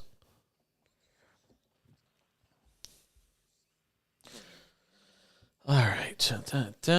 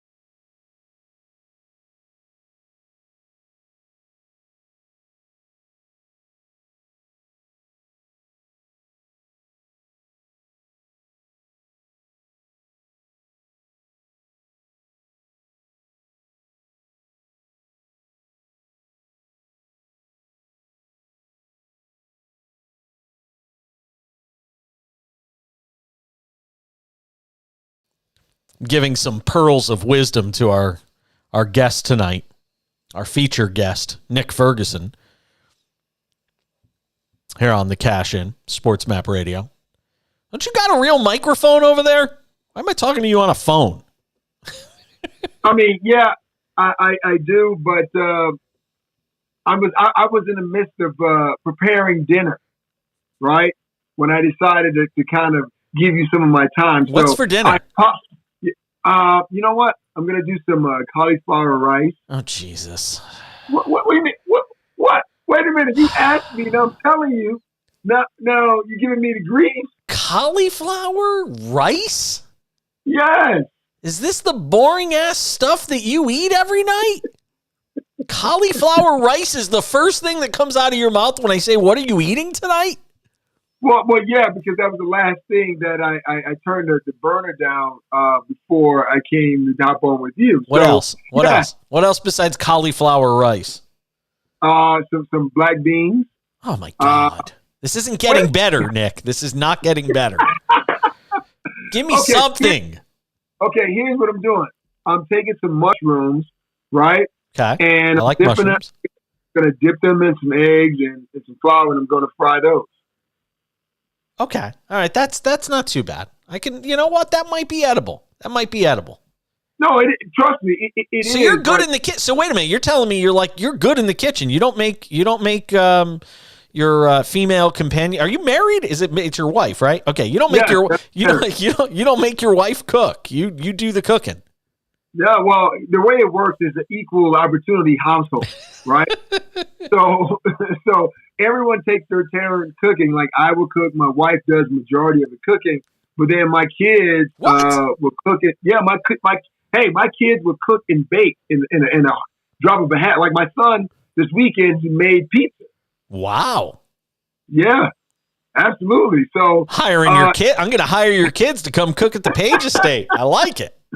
Little child labor, little unpaid child labor. I love it. Sign me up. They cook it up. Like sometimes we can put our feet up because they're going to cook some things, and we just kind of dine on what they're eating. So they're so much so far ahead at their age now than I was. Nick Ferguson, host of the Touchdown Denver podcast, our guest tonight, former NFL safety. Cauliflower rice. See, I don't eat after. I've told you this off the air, but and I've talked to this somewhat on the air. I'm intermittent fasting, so I only eat between 9 a.m. and 3 p.m. Monday through Friday. So today I had pho for a late lunch, my last meal of the day, and then I got to watch my husband eat all night, and I don't get to eat anything, and I sit here and drink, seltzer water all night and stuff like that, and that's how I get through the night. But that's also how I've lost almost 20 pounds so far in 2 months. So I gotta get the physical component in. Like I'm not doing anything like working out wise. Like I should be running or jogging and stuff like that, and I've been a little lackadaisical when it comes to that. But all right, cauliflower rice, black beans, egg and a little mushroom. All right. It's not too bad. It's not too bad. Yeah, it's not bad. Listen, man, I'm trying to live a healthy lifestyle. You just got to mix it up. Why? A little variety. Why? But see, here's what I don't understand about you healthy people. When you're on your deathbed one day, when you're like 80 something, God willing, 85, 90, whatever.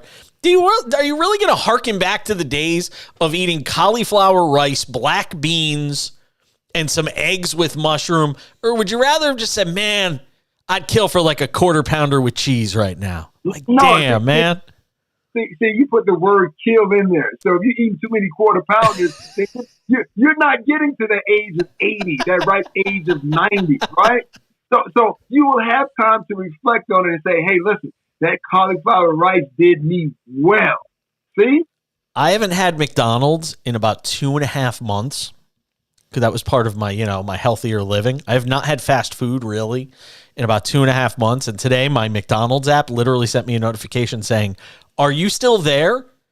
No. Oh, yeah. Yeah. It sent me a thing saying, are you still there? You haven't used any of your McDonald's points. I got like 30,000 McDonald's points. I could eat it for free at McDonald's for like a week if I want to. I've got so many points saved up because I've eaten there so much. that my phone literally today was like, are you going to eat McDonald's? Are you going to come back anytime soon? Like they were sad that I hadn't been to McDonald's in so long. Wait a minute. I mean, I know this whole thing about artificial intelligence is kind of taking over, but now there's some kind of app that's going to tell you, "Hey, Jason, I just wanted to check on you and make sure you're okay." Yes. You haven't used the McDonald's app in a while. It's absolutely true. Let me ask you something. This MVP race, it looks like it's Joel Embiid's to win now, or to lose, I should say. I mean, it looks like it's all him. He's at minus 470 to win the MVP. Nikola Jokic is at plus 650. That is a huge spread. Is there any way Embiid doesn't win the MVP? And you're in Denver. Are fans there going crazy about the idea that Jokic isn't going to win his third straight? Well, yeah, fans there would definitely be upset about that because this is where I feel the Denver fans need to change their mentality. They're so fixated on the MVP that somehow they forget, hey, there's a championship that needs to be won, right? And I'm like, well, who gives two nickels about the MVP? He's already won it twice. Should you put your mind set forward to say we won a championship? But that's where some of the fans in Denver are. But when you look at Embiid, he's been impressive all season long. Tonight, I think we're 52-13. So this guy is a very dominating force. If you were to look at and compare Giannis and Joker, I mean, we can go and talk about the numbers, but for me, it would go back to the head-to-head, right? What were your numbers against the other guy head-to-head? And it would be great for the city of Philadelphia, great for Joel Embiid, for him finally to get that recognition. But either guy, they're all worthy, but I think he has the most dominating performance so far. You know what's interesting? I'm just thinking about Embiid, and you know who it kind of reminds me of a little bit?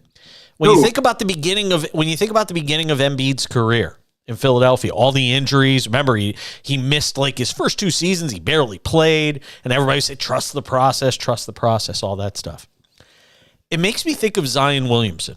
And you think of all the injuries that this guy's endured first 2 or 3 years. Now, I think some of that is weight related. There's no way you can convince me otherwise because I've already got it planted in my head that the guy's just not in good enough shape, and that's part of the problem. But put all that aside. For people who want to say Zion's looking like a bust, and by the way, he's still only 21 years old, something like that, because he can't stay healthy. I say look at Embiid and use that as your example to say, look, you could still be this Zion Williamson. Well, yeah, he still could be that. But once again, the challenge for Embiid, as it is for every single athlete, is how healthy can you stay? And sometimes you're just snake bit. I mean, how many guys have we seen in the NFL, even Major League Baseball, who were great prospects? And everyone was trying to forecast. We would need all night to argue this point because I am of the belief that staying healthy is actually somewhat of a skill. You can't convince me that Eli Manning played his whole career, didn't miss one damn game. You cannot convince me that some guys just know how to avoid injury. They just do. Well, first of all, you of all the people you could toss out, you tossed out Eli Manning. One, he does not run. So he doesn't put his body in that type of jeopardy for injury. So to me, I can't really use or take that whole idea of Eli Manning. You got to give me someone else. But yes, is being healthy somewhat of a skill? Absolutely. But then there's some other things that you can't account for. Think about Terrell Davis, right? Yep.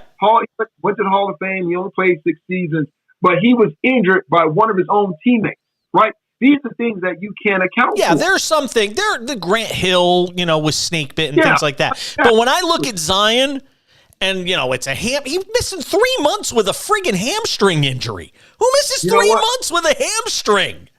See, that is. See, people always try to compare basketball players when they have those long outlet passes, like, oh man, he could be a tight end or a quarterback in the NFL. And I say, man, you know what? Those basketball players are soft. I mean, missed 3 months for a hamstring? Come on, man. I mean, I had a problem with my knee, and I still played in the same game. Now, after the game, I had surgery, but that goes without. At least I played through that injury. And you know what? You're absolutely right. With Zion, I think a lot of his injuries are coming because his body weight. I mean, he's a massive man, but it's his body weight that's giving him issues. Yeah, it is. I wish I had more time, but we're out of it. Go enjoy that cauliflower rice, black beans, and egg with mushrooms and flour. Put those kids to work. Tell them to wash the dishes tonight after it's all done. Nick Ferguson, I always appreciate it, my friend. We'll talk soon. All right. Be good. Nick Ferguson joining us on the show.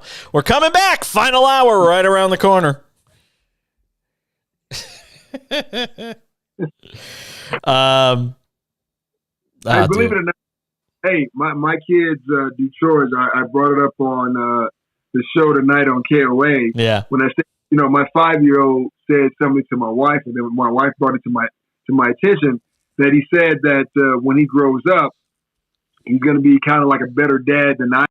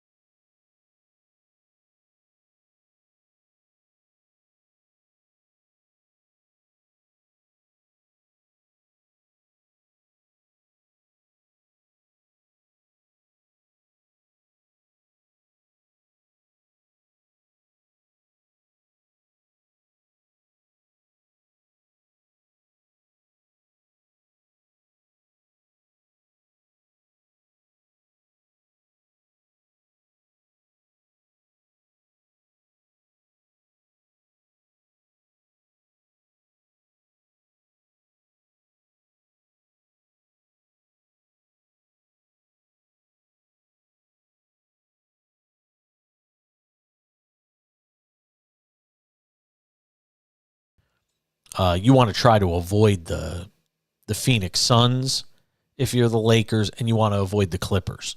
I think I think the sweet spot for the Lakers is 6. Because then you get Sacramento in the first round, and that's a winnable series. It's difficult to figure out. It's difficult to figure out who could even win the number. You think about the NCAA tournament and the gauntlet of the NCAA tournament, how difficult it is to win 6 games. In this year's NBA, especially in the West, winning 3 series to get out of the West, not counting if you're in the play-in tournament, just counting if you're one of the top 8 seeds at the end of the play-in tournament. Winning 3 series in the West is going to be so difficult for everybody. I don't care if you're Denver, all the way down to the Pelicans at 8, the T-Wolves at 9, the Thunder at 10. The Thunder is an amazing story. I don't think anybody expected this to be a 38-win team without Chet Holmgren. They could have easily just mailed it in and said, hey, we'll take our chances in the draft again. And they didn't. And there's a lesson to be learned when you look at the Thunder if you're in Houston and you're watching the Rockets just struggle mightily this entire season. The Rockets could be better than a 20-win team. But they made a choice to just mail it in and go after Wembanyama. And I hope they don't get him, quite honestly. I hope Houston does not get Wembanyama. I mean, Detroit's a disgrace with 16 wins. If there's a team I'd love to see get Wembanyama, let it be San Antonio. Please let it be the Spurs. I'd love to see Greg Popovich land that potential generational player in San Antonio. Give him a reason to hang around, keep coaching. Did you see the highlight on SportsCenter of him the other night? Just some ridiculous play where he was out at the 3-point line. He faked somebody and drove to the basket. He looked like Plastic Man. His arm just kept extending and he dunked it, and it felt like he was 15 feet from the basket when he dunked it. Did you see that highlight, Justin? Did you see the one I'm talking about? Yes, that's what it was. That's the one. I'm sorry. It wasn't a fake. He missed the 3, and the putback, it felt like he was 10 feet from the basket, and he dunked it. Like it was silly. Can you imagine? Nah, it really is. But I say this all the time. There's already a guy in the league that's been doing Wembanyama stuff, and it's Bol. And I know people are going to say I'm nuts comparing Bol and Wembanyama, but they're really very similar players. For some reason, Bol isn't getting that much run in Orlando right now, and I don't really know why. But you know what? Orlando's won 34 games this year. By the way, the play-in tournament is already decided in the East. Well, I shouldn't say that. The 10 teams going to the postseason, it's already been decided. The Bulls are the 10 as of now. Raptors are the 9. Hawks are the 8. Heat are the 7. But Pacers, Wizards, Magic, Hornets, and Pistons have all been mathematically eliminated, so that's it. That's it. Your 10 teams for the play-in tournament / playoffs have already been decided. And frankly, it's a done deal as far as the 4-5 matchup is already there. Cavaliers and Knicks is decided. So you got the Cavs and Knicks will play in the opening round of the playoffs. The 3-6 right now is Philadelphia and Brooklyn. Brooklyn's still got 3 games left, as does Miami. Miami could still get to 6. I'll tell you right now, if you're Philadelphia, you do not want the Miami Heat to catch Brooklyn. You do not want to see the Heat in that opening round if you're the Philadelphia 76ers. So, Bulls are in the play-in tournament along with the Raptors, Hawks, and Heat as of now. Brooklyn could still wind up in the play-in tournament if Miami wins out. I don't know what the season series looks like between Miami and Brooklyn. Atlanta's going to be in the playoffs too. Atlanta's going to be in the play-in tournament. And for that team that's been drastically shaky and inconsistent this year, the Hawks even getting in, that's another team. You don't want to play the Hawks. You've seen the way Trae Young could just take over basketball games. And they got a good coach right now in Quinn Snyder. Not that Nate McMillan was a bad coach, but there's obviously a better vibe around that team with Quinn Snyder than there was Nate McMillan, who just could not get in the head of Trae Young. All right, I promise you guys when you text, I will read them. This one is from Gaffney, South Carolina, the 864. Hello. Talking about Bill Belichick and the Mac Jones situation. He says, Belichick round one selections at skill positions, trying to keep his streak of busts alive by sinking Jones' career. Says, signing Lamar means major roster reconstruction on offense and following the Ravens' blueprint for, at best, wild card losses, at worst, spends most of the season on the IR getting that guaranteed money. I can't disagree with you. But if you're the Patriots and you're desperate to be really good again in a bad division, Lamar might be your only avenue. Unless you're going to outbid the Jets and try to go get Aaron Rodgers, and I don't think that's happening. I don't even think Rodgers would want to play for Bill Belichick. I don't think he wants somebody that's strong-willed. He can go push Robert Saleh around. I don't care what you think about Robert Saleh as the head coach of the Jets. If Aaron Rodgers goes in there, Aaron Rodgers is calling his own shots.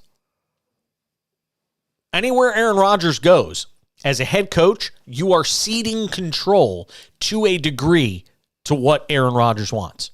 You're at his whim. Plain and simple. So it'll be fascinating to watch how that whole scenario plays out. All right. We'll come back. We'll update you on what's going on in that Warriors-Thunder game. Warriors are up 5 with just under 6 to go.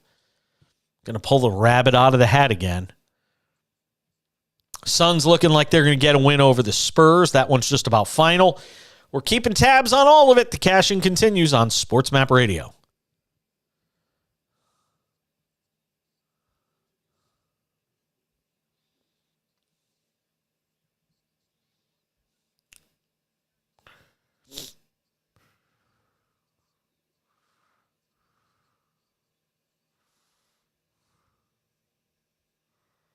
Is he insane?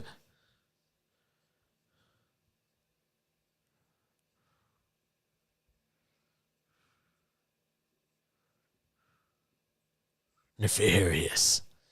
Yeah. I don't know how to do a movie trailer voice. In a world where somebody is nefarious.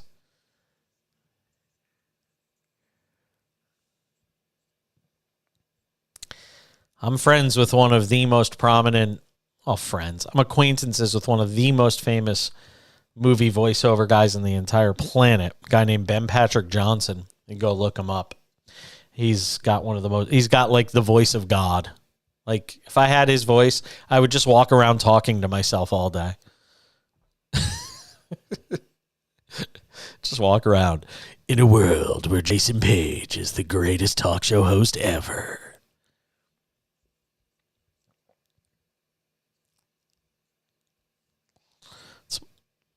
I'm going to narrate.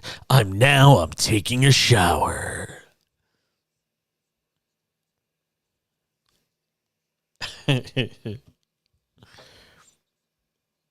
Meanwhile, in the bathtub.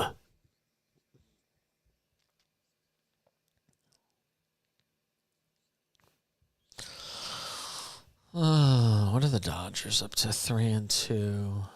Wow, Milwaukee shut out the Mets 10-0 tonight. Mets got 3 hit. Oh, my God. Thanks for showing up.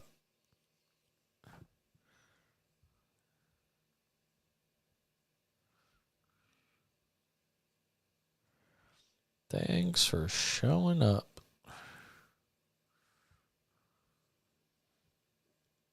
Wow, the Mets let a position player pitch tonight. Luis Guillorme. They lost 10-0. It was 10-0 after 5. They should have just called it. Jesus.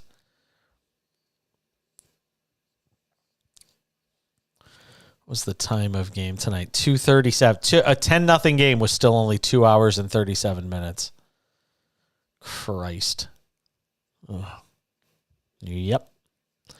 White Sox game, 2:36. I'm going to go through some of these now.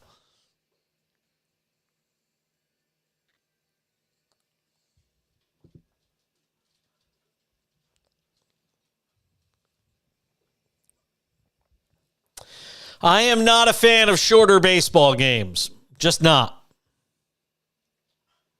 I like my baseball 3 hours and longer. See, Justin, you're the perfect person to ask, and I think I know where you're going to say. You like the shorter baseball games, right?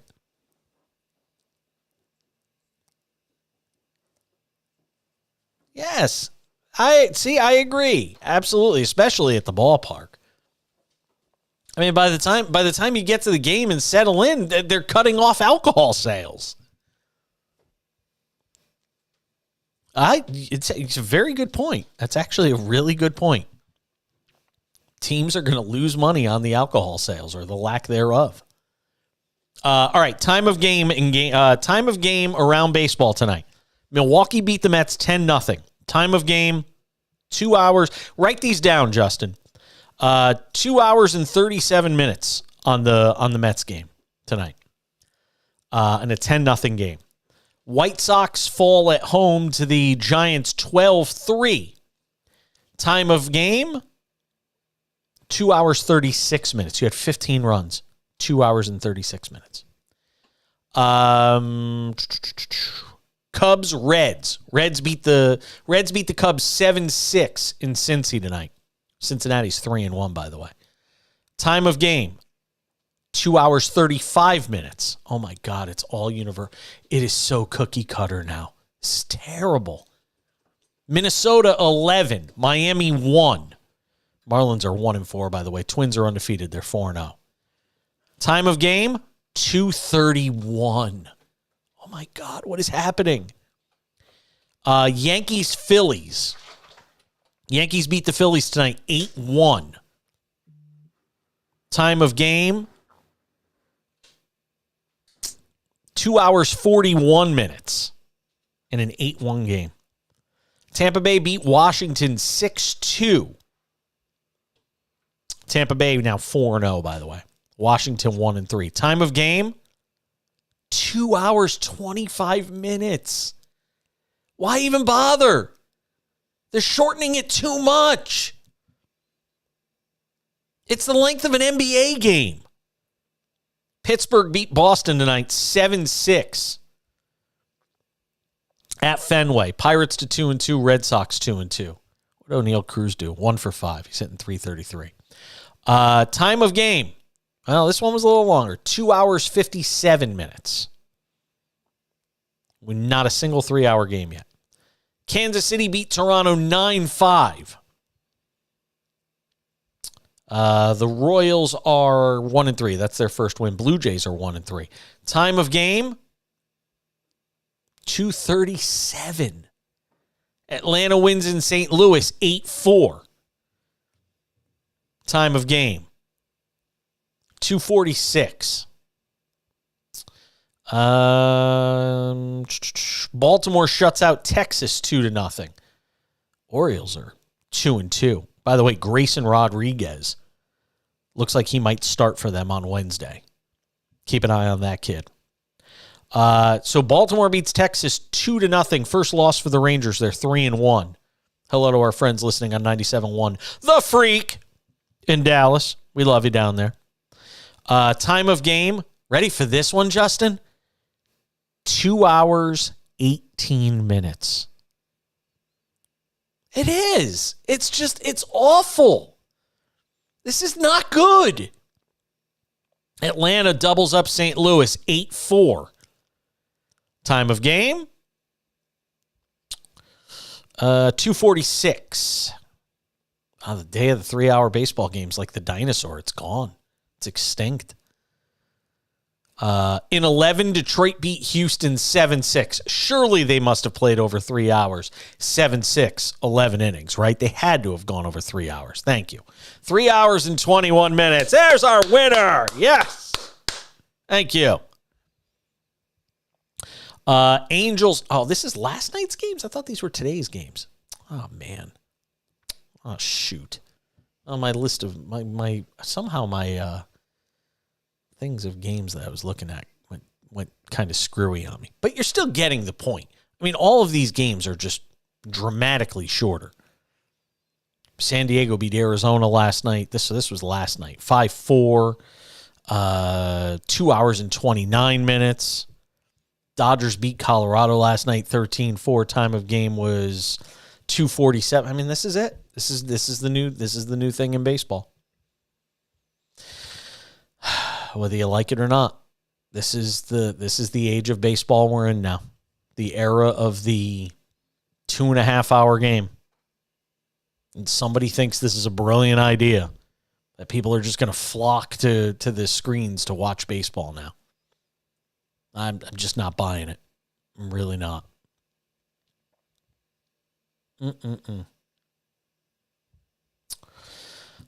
Updating you on some big games in progress right now. By the way, baseball, Guardians and A's 3-3, bottom of the ninth right now in Oakland, and there's probably about 17 people in that park. Maybe 17 people in that park. It's 2-4. Wow, how about the Warriors? What a turnaround for them in the second half. They gave up 79 in the first half, right?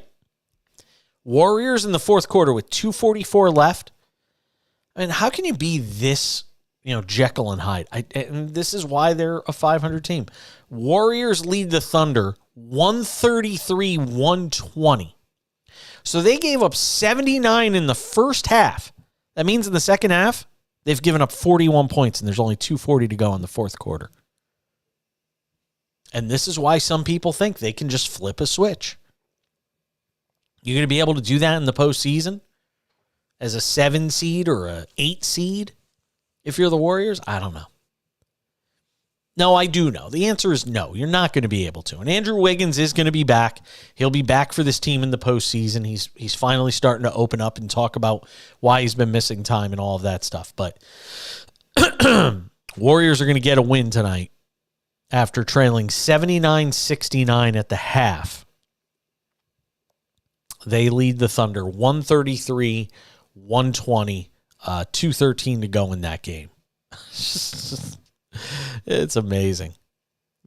Pull up a box score on that game. Just amazing.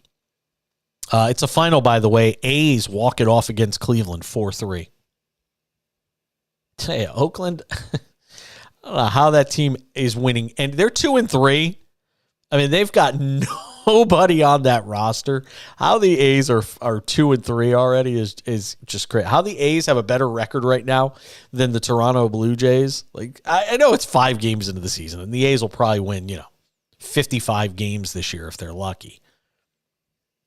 I mean, even the Spurs got off to a good start this year. But the A's win tonight, 4-3. So that game's gone final. And what was the time of the game on that A's game? Ready? Drum roll. No, you don't have to get a drum roll. I'm just joking. A's win. The time of game was 2:41. Oh my God! You ready for the announced attendance tonight? Justin, guess the announced attendance tonight for Cleveland and Oakland. Good job. This is a good job by you. 3,407. Wow. That is pretty damn bad.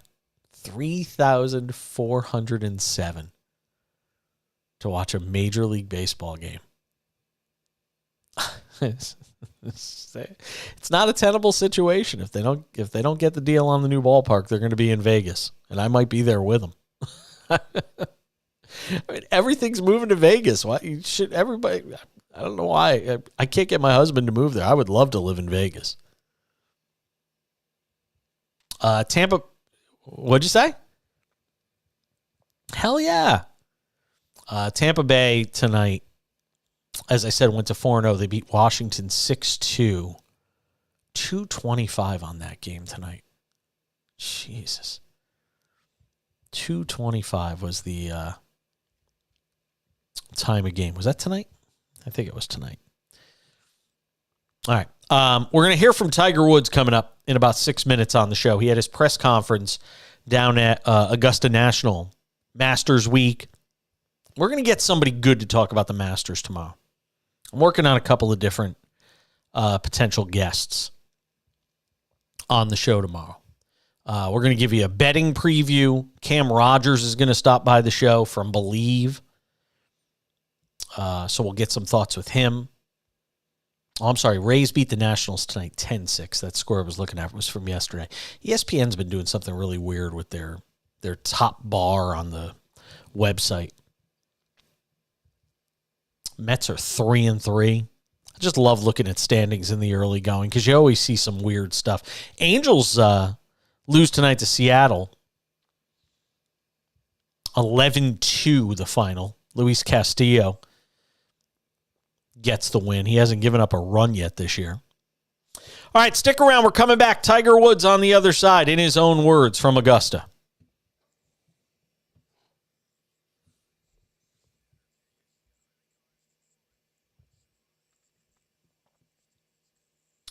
Luis Castillo.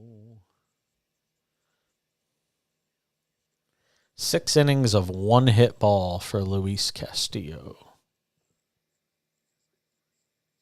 I feel like an earthquake. Did we just have an earthquake here? I felt like I just felt an earthquake. I felt like the ground just shook. Let's see if I'm right.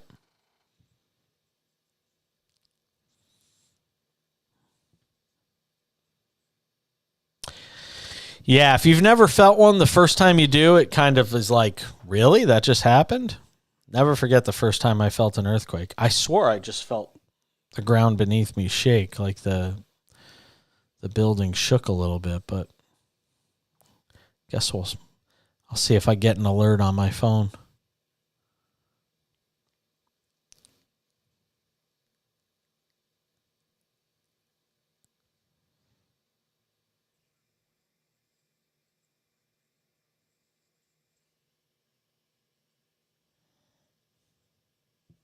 Yeah, nothing so far.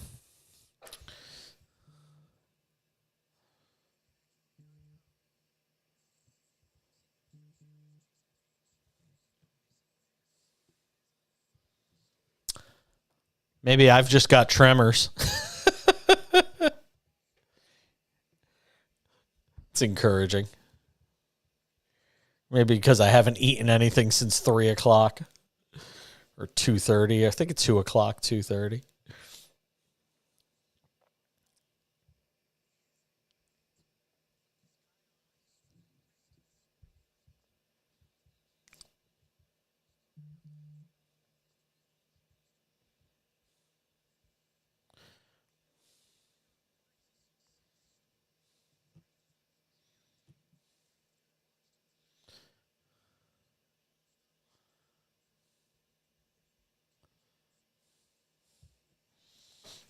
Mm.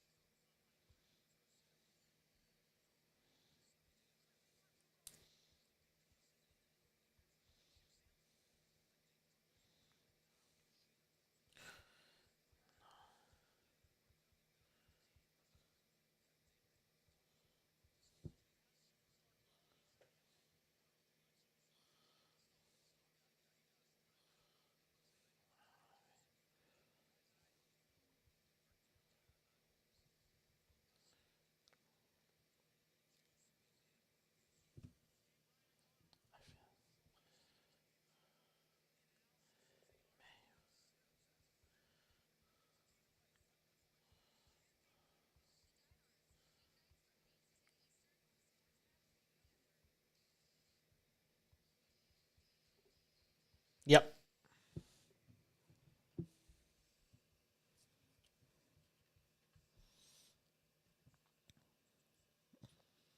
All right, Warriors lead the Thunder 136-125. Our 2-for-1 tonight is a special.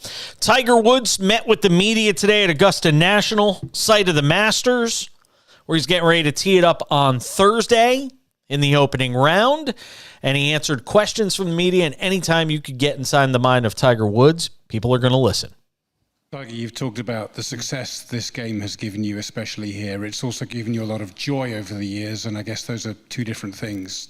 It's harder for you now, obviously. How do you find joy and joyful moments with golf now? Well, I think that it is different. I've always enjoyed the seclusion of practicing and getting ready for events. And then obviously taking what I have done in practice into game time and be able to display that. It is a lot harder now. I don't play as many tournaments. I don't practice as much as I used to. I'm limited in what I can do. But the joy is different now. I've been able to spend more time with my son, and we were able to create our own little memories out there and to share some of the things that my dad has, what I experienced with my dad. The late night putting or practice sessions that we did at the Navy golf course, I'm doing with my son. And it's incredible, the bonding, the moments that come because of the sport. And so the joy it is different. I'm not able to compete and play as many tournaments or do the things I've been able to do over the years, but to be able to still share this game and share some memories and create new memories with my son, and then also pass down some of the things that I've learned. I've learned a lot of things in this game, so to be able to pass that on to him and others has been fantastic. A quick follow-up. When you're playing this course, does it ever cross your mind this could be the last time? Yes, it has. I didn't know. I mean, last year was kind of I didn't know if I was going to play again at that time. For some reason, everything kind of came together, and I kind of pushed it a little bit, and I was able to make the cut, which was nice. And yeah, I don't know how many more I have in me. So just to be able to appreciate the time that I have here and cherish the memories, but still just look at the golf course and it looks like it's been here for over 100 years and it hadn't changed. Each and every year we come here and everything has changed since I first played here. But it's really neat to be able to come here and play this golf course and see all the past champions and I know more guys on the Champions Tour than I do the regular tour. So to be able to see them again and catch up with these guys and again, look at my last couple of days playing with Fred. I mean, it's the best. And we don't get a chance to play very often. I mean, he was like my dad on tour when I first came out here, and be able to see him at 63 years old pumping it out there and having a great time. It's been the best. Joy? Tiger, you've always talked about W whenever we talk to you about tournaments, and you've had so many fantastic achievements across the globe. Where does the made cut last year stand and compare to everything that you have done? Well, it's different. I obviously I didn't win the tournament, but for me to be able to come back and play was a small victory in itself. Yeah, I still would like to have gotten the W, but I didn't. But I think I got my own smaller version of that to be able to come back and just be able to play.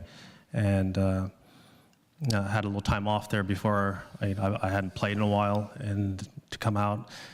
And I know the golf course. I know where to miss. I know where to hit it. And I was able to do that and somehow shoot under par and make it to the weekend. And it was a little tough on that Saturday. Steve? Yeah, Tiger. A couple quick ones. First, when you mentioned about how it got cold last year, have you seen the forecast for this weekend? Yeah, What do you think? Yeah. You weren't heartened by that, I take it, or? Also, there's a short list here of guys who've been able to win back-to-back, and besides the obvious gifts of talent, what's required to do that here? And do you see any of that in Scotty? Yeah, well, I think what has allowed some of us to be able to defend the titles and understanding how to play it. You know, it's very rare that you've seen a guy that was a first-timer that come out and has won. I think it dates back to maybe Craig Stadler, I think. But Scotty knows how to play this golf course. Having Ted on the bag obviously helps a lot. He's been with Bubba for a couple of his wins here. So understanding the golf course, I'm sure he leans on Ted a lot. And Ted understands how to play the golf course. And so I think that the teamwork of player and caddy is so important here because there's so many variables that go on. The lies, the wind, the gust, and the knowledge of the golf course. There's so many things that can happen. And talking through each and every shot, you just don't go up there and say, I have 152 yards, go ahead and hit it. It doesn't really work out that way. For some reason, this golf course, the only level spot there is the tee boxes. And then after that, you couldn't drop a golf course that has more variable winds and more penalties for a shot that is 1 yard off. A shot that is 1 yard could mean 40, 50 feet on a putt. So it's just understanding that, having that patience, and having that knowledge. And you look at the guys who have won back to back. We've all been pretty patient players. Stephen, in the back. Tiger, Rory McIlroy has spoken of the fondness and the relationship and friendship that he has built with you, and has appreciated much of the advice that you have given. As someone who has won the Grand Slam, what would you say to him as he tries to join that exclusive club this week? Well, he will. It's just a matter of time. Rory has the talent, he has the game, he has all the tools to win here. It's just a matter of time. It takes, a lot of things have to happen to win at this golf course. A lot of things have to go right. And I think Rory has shown over the years that he's learned how to play this golf course. You just have to understand how to play it. And he's been there. Last year he made a great run, put himself there. But I think that it's just a matter of time, whether it's this year or next or whenever it comes.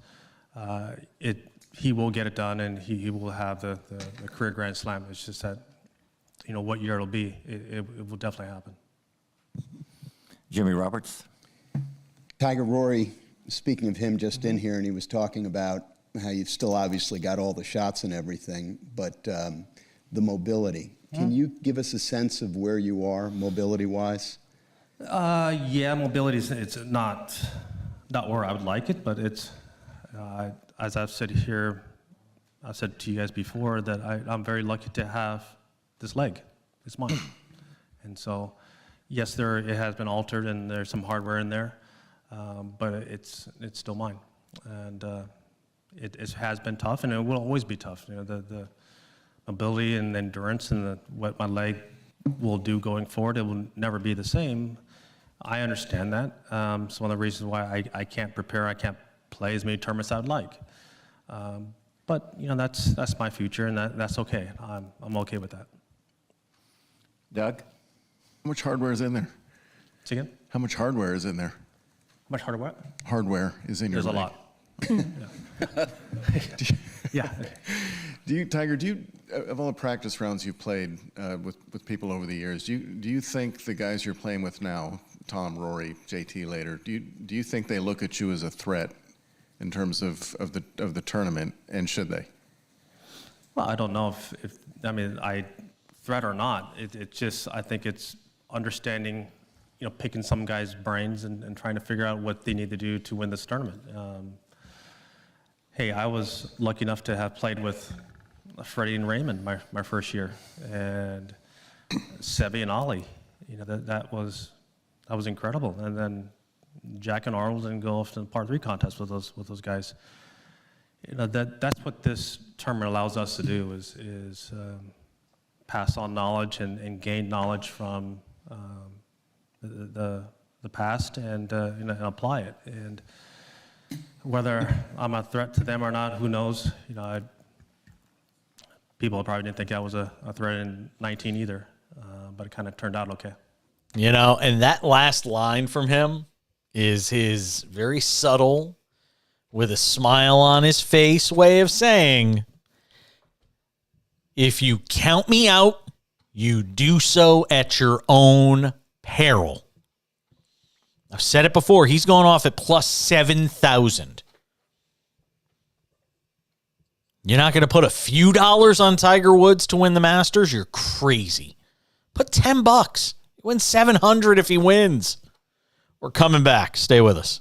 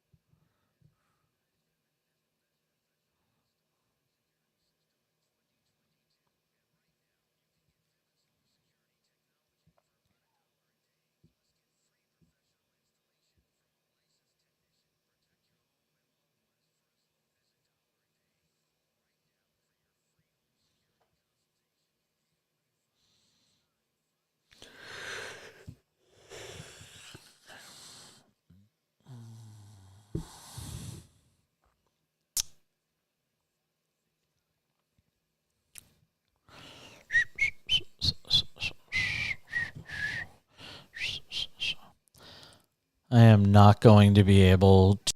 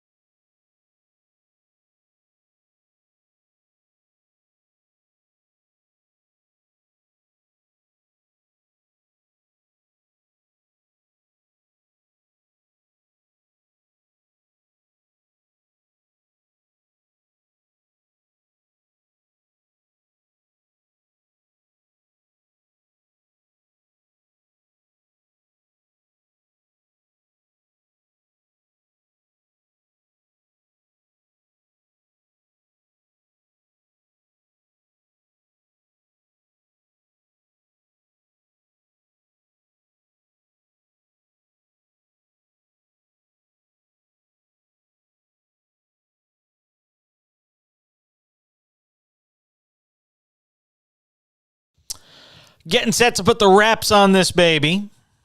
Of course, just as I get ready to put the wraps on it, my left earpiece is giving me issues. It's a final. The Warriors get a win tonight. They handle the Thunder. Again, it's crazy. The Thunder gave up. The Warriors gave up 79 points in the first half. And they still go on to get a win tonight. The final score was 136-125. So they gave up 46 points in the second half after giving up 79 in the first half. And I'm sorry, somebody's got to have a conversation. Somebody has to be willing to ask the question and ask it till you get an answer that suffices or makes sense in the postgame. Somebody's got to say to Steve Kerr, what the hell is happening with your team? How do you give up 79 in the first half and 46 in the second half? How can your team just play this way? It just doesn't it doesn't add up. It doesn't compute for me. And it's got to be the question that plagues him as well. All right, before we go, a couple of quick ones. First, Andrew Wiggins is talking to the media and giving some clues as to his absence while he was gone, why he was gone, stuff like that. Quote from him, hopes to return to the basketball court soon. I don't think it will be too long before I am out there, Wiggins said in his first time speaking to reporters since he left the team back on February 13th. Missed 22 games away from his team, has an ill family member. We wish him all the best. He's not given specifics, says he'd rather keep it private. It's for me and my family and people close to my family. Said he was working with a personal trainer, making sure he was still shooting and lifting weights. But they said he appeared especially lean in his news conference. He still has to be checked out from a health standpoint. Steve Kerr says they'll know more in the next couple of days. Bottom line, he's going to be there to play for them in the postseason. Maybe he gets a game in before the end of the regular season, but he's going to be there for this team. If it winds up there in the play-in tournament or they're the 6th seed, he's going to be playing. That's the first one. Next one. I meant to get to this earlier in the show. Every time I'm, talking about Caitlin Clark and watching her throughout the season and what she did, and then looking at what she did during the NCAA women's basketball tournament, and then I see how she's handling this whole situation with the LSU women's basketball team and Angel Reese. Every time I see this stuff, I'm more impressed than I was by it even before. Jeremy Schaap of ESPN interviewing Caitlin Clark earlier today on Outside the Lines. And listen to the high road she takes when addressing the way Angel Reese was taunting her towards the end of that championship game. Take a listen to this, and then also listen to what she says regarding, and I don't know if she answers it in this or not, but talking about Jill Biden, the First Lady of the United States, Joe Biden's wife, about the idea of Iowa going to the White House in addition to LSU, something that the White House and Jill Biden's press person is now feverishly walking back after they saw the blowback from it. But take a listen to Caitlin Clark, and if this doesn't impress you, nothing will. What do you think about what happened on Sunday between you and Angel Reese? Honestly, I haven't been on social media a ton since, we lost. But I think the biggest thing is, it was a competitive, super, super fun game. And I think that's what's going to bring more people to our game. I think the viewership speaks for itself over the past, tournament run. But even before that, our Big Ten tournament championship game had, huge amount of viewers as well. So, I'm just lucky to be on that stage, competing against some of the best players. And I think people are really starting to realize how good our game is, how good the product is. So when you turn on the TV, they understand it. They keep coming back for more. But, all the credit in the world to LSU. They played tremendous. They made a lot of tough shots on us, but Kim Mulkey's one of the best coaches of all time. So, you got to give him a lot of credit. But I think we have so much to be proud of. And that's what Coach Bludert told us after the game is, don't hang your head, hold it high, because you have a lot to celebrate, a lot to be proud of. And, you made a lot of history for the state of Iowa. I know you don't want to dwell on it, but this controversy and, Angel Reese took a lot of criticism in a way that you hadn't. What do you think might account for the difference there? I think the biggest thing is, we're all competitive. We all show our emotions in a different way. Angel's a tremendous, tremendous player. I have nothing but respect for her. I love her game. The way she rebounds the ball, scores the ball is absolutely incredible. I'm a big fan of her and even the entire LSU team. Like I said, they played an amazing game. So, I don't think there should be any criticism for what she did. I honestly didn't see it when the game was going on. And like I said, I haven't been on social media really at all. I'm just trying to reflect back on, what this team did and enjoy every single second with my teammates because, we have two really good seniors that are moving on from our team that have given a lot. And, they've been some of my best friends, while I've been here at the University of Iowa. So I'm just lucky enough that, I got to play on that stage and have that opportunity with them. And I believe I get to play for one of the best coaches of all time and Coach Bluter. And she believes in me more than anybody ever has. So, I'm just more than anything lucky. How do you not walk away from that conversation even more impressed with her? I mean, Jeremy Schaap was begging her to say something derogatory about Angel Reese. Every question was geared towards that. And every single answer she gave deflected it away. I mean, that's a pro at handling media. Take that and compare it to Angel Reese and her reaction in the post game. Talking about Caitlin Clark and that whole situation and basically saying, you all said I'm too hood, I'm too ghetto, not backing down, just completely glorifying the way she behaved at the end of that game. And juxtapose that to the way Caitlin Clark just gave a master class in how to handle that questioning from Jeremy Schaap. I mean, two player, one's maybe 21, one's 20. How do you account for that? I'll tell you how you account for it. And I'm not going to go after Angel Reese in this instance. I go after the coach.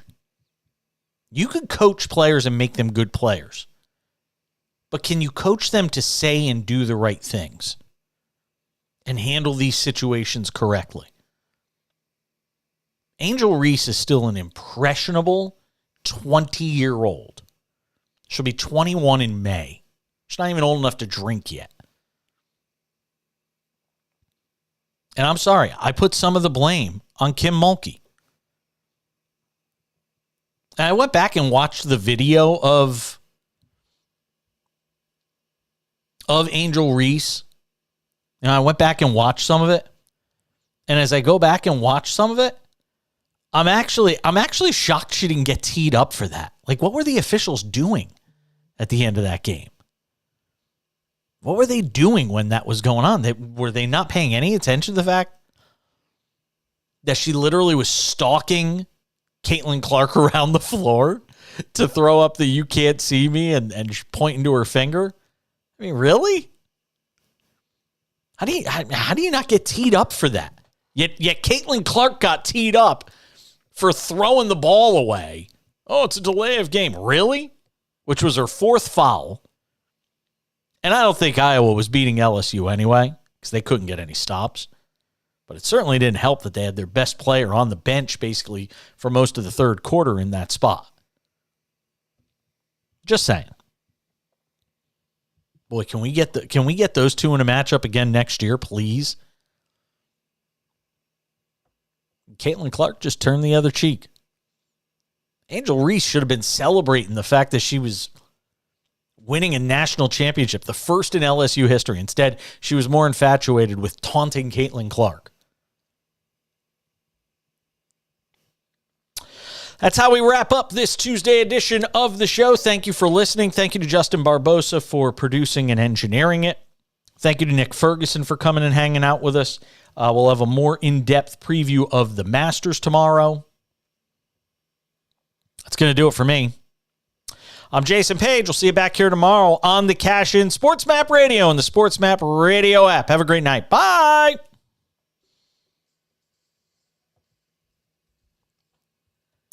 Wow, I got really lucky. I had the wrong pot up, so I couldn't hear the music until there was literally like a few seconds left. Yeah, I know. All right, I'll see you tomorrow. Oh, Austin? Okay. All right, I'll see you Friday then. Are you Friday? All right, I'll talk to you Friday. Have a great night. All right.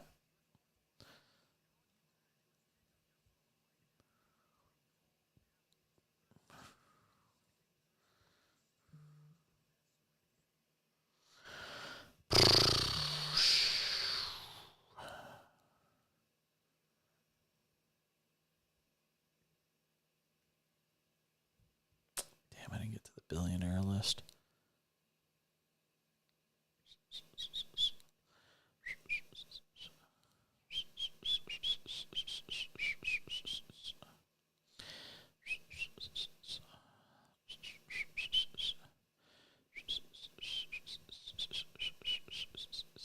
I'll do it tomorrow.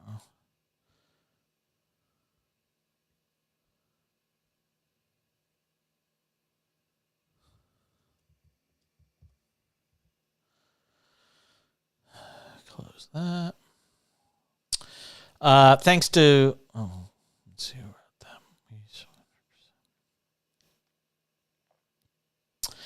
All right, that does it for us tonight on the video side as well. Thank you for watching. I'll catch y'all back here on Wednesday. We'll have a more in-depth Masters preview coming up. So that should be fun. I'll catch y'all back here then. Have a great night. I'm Jason. Bye.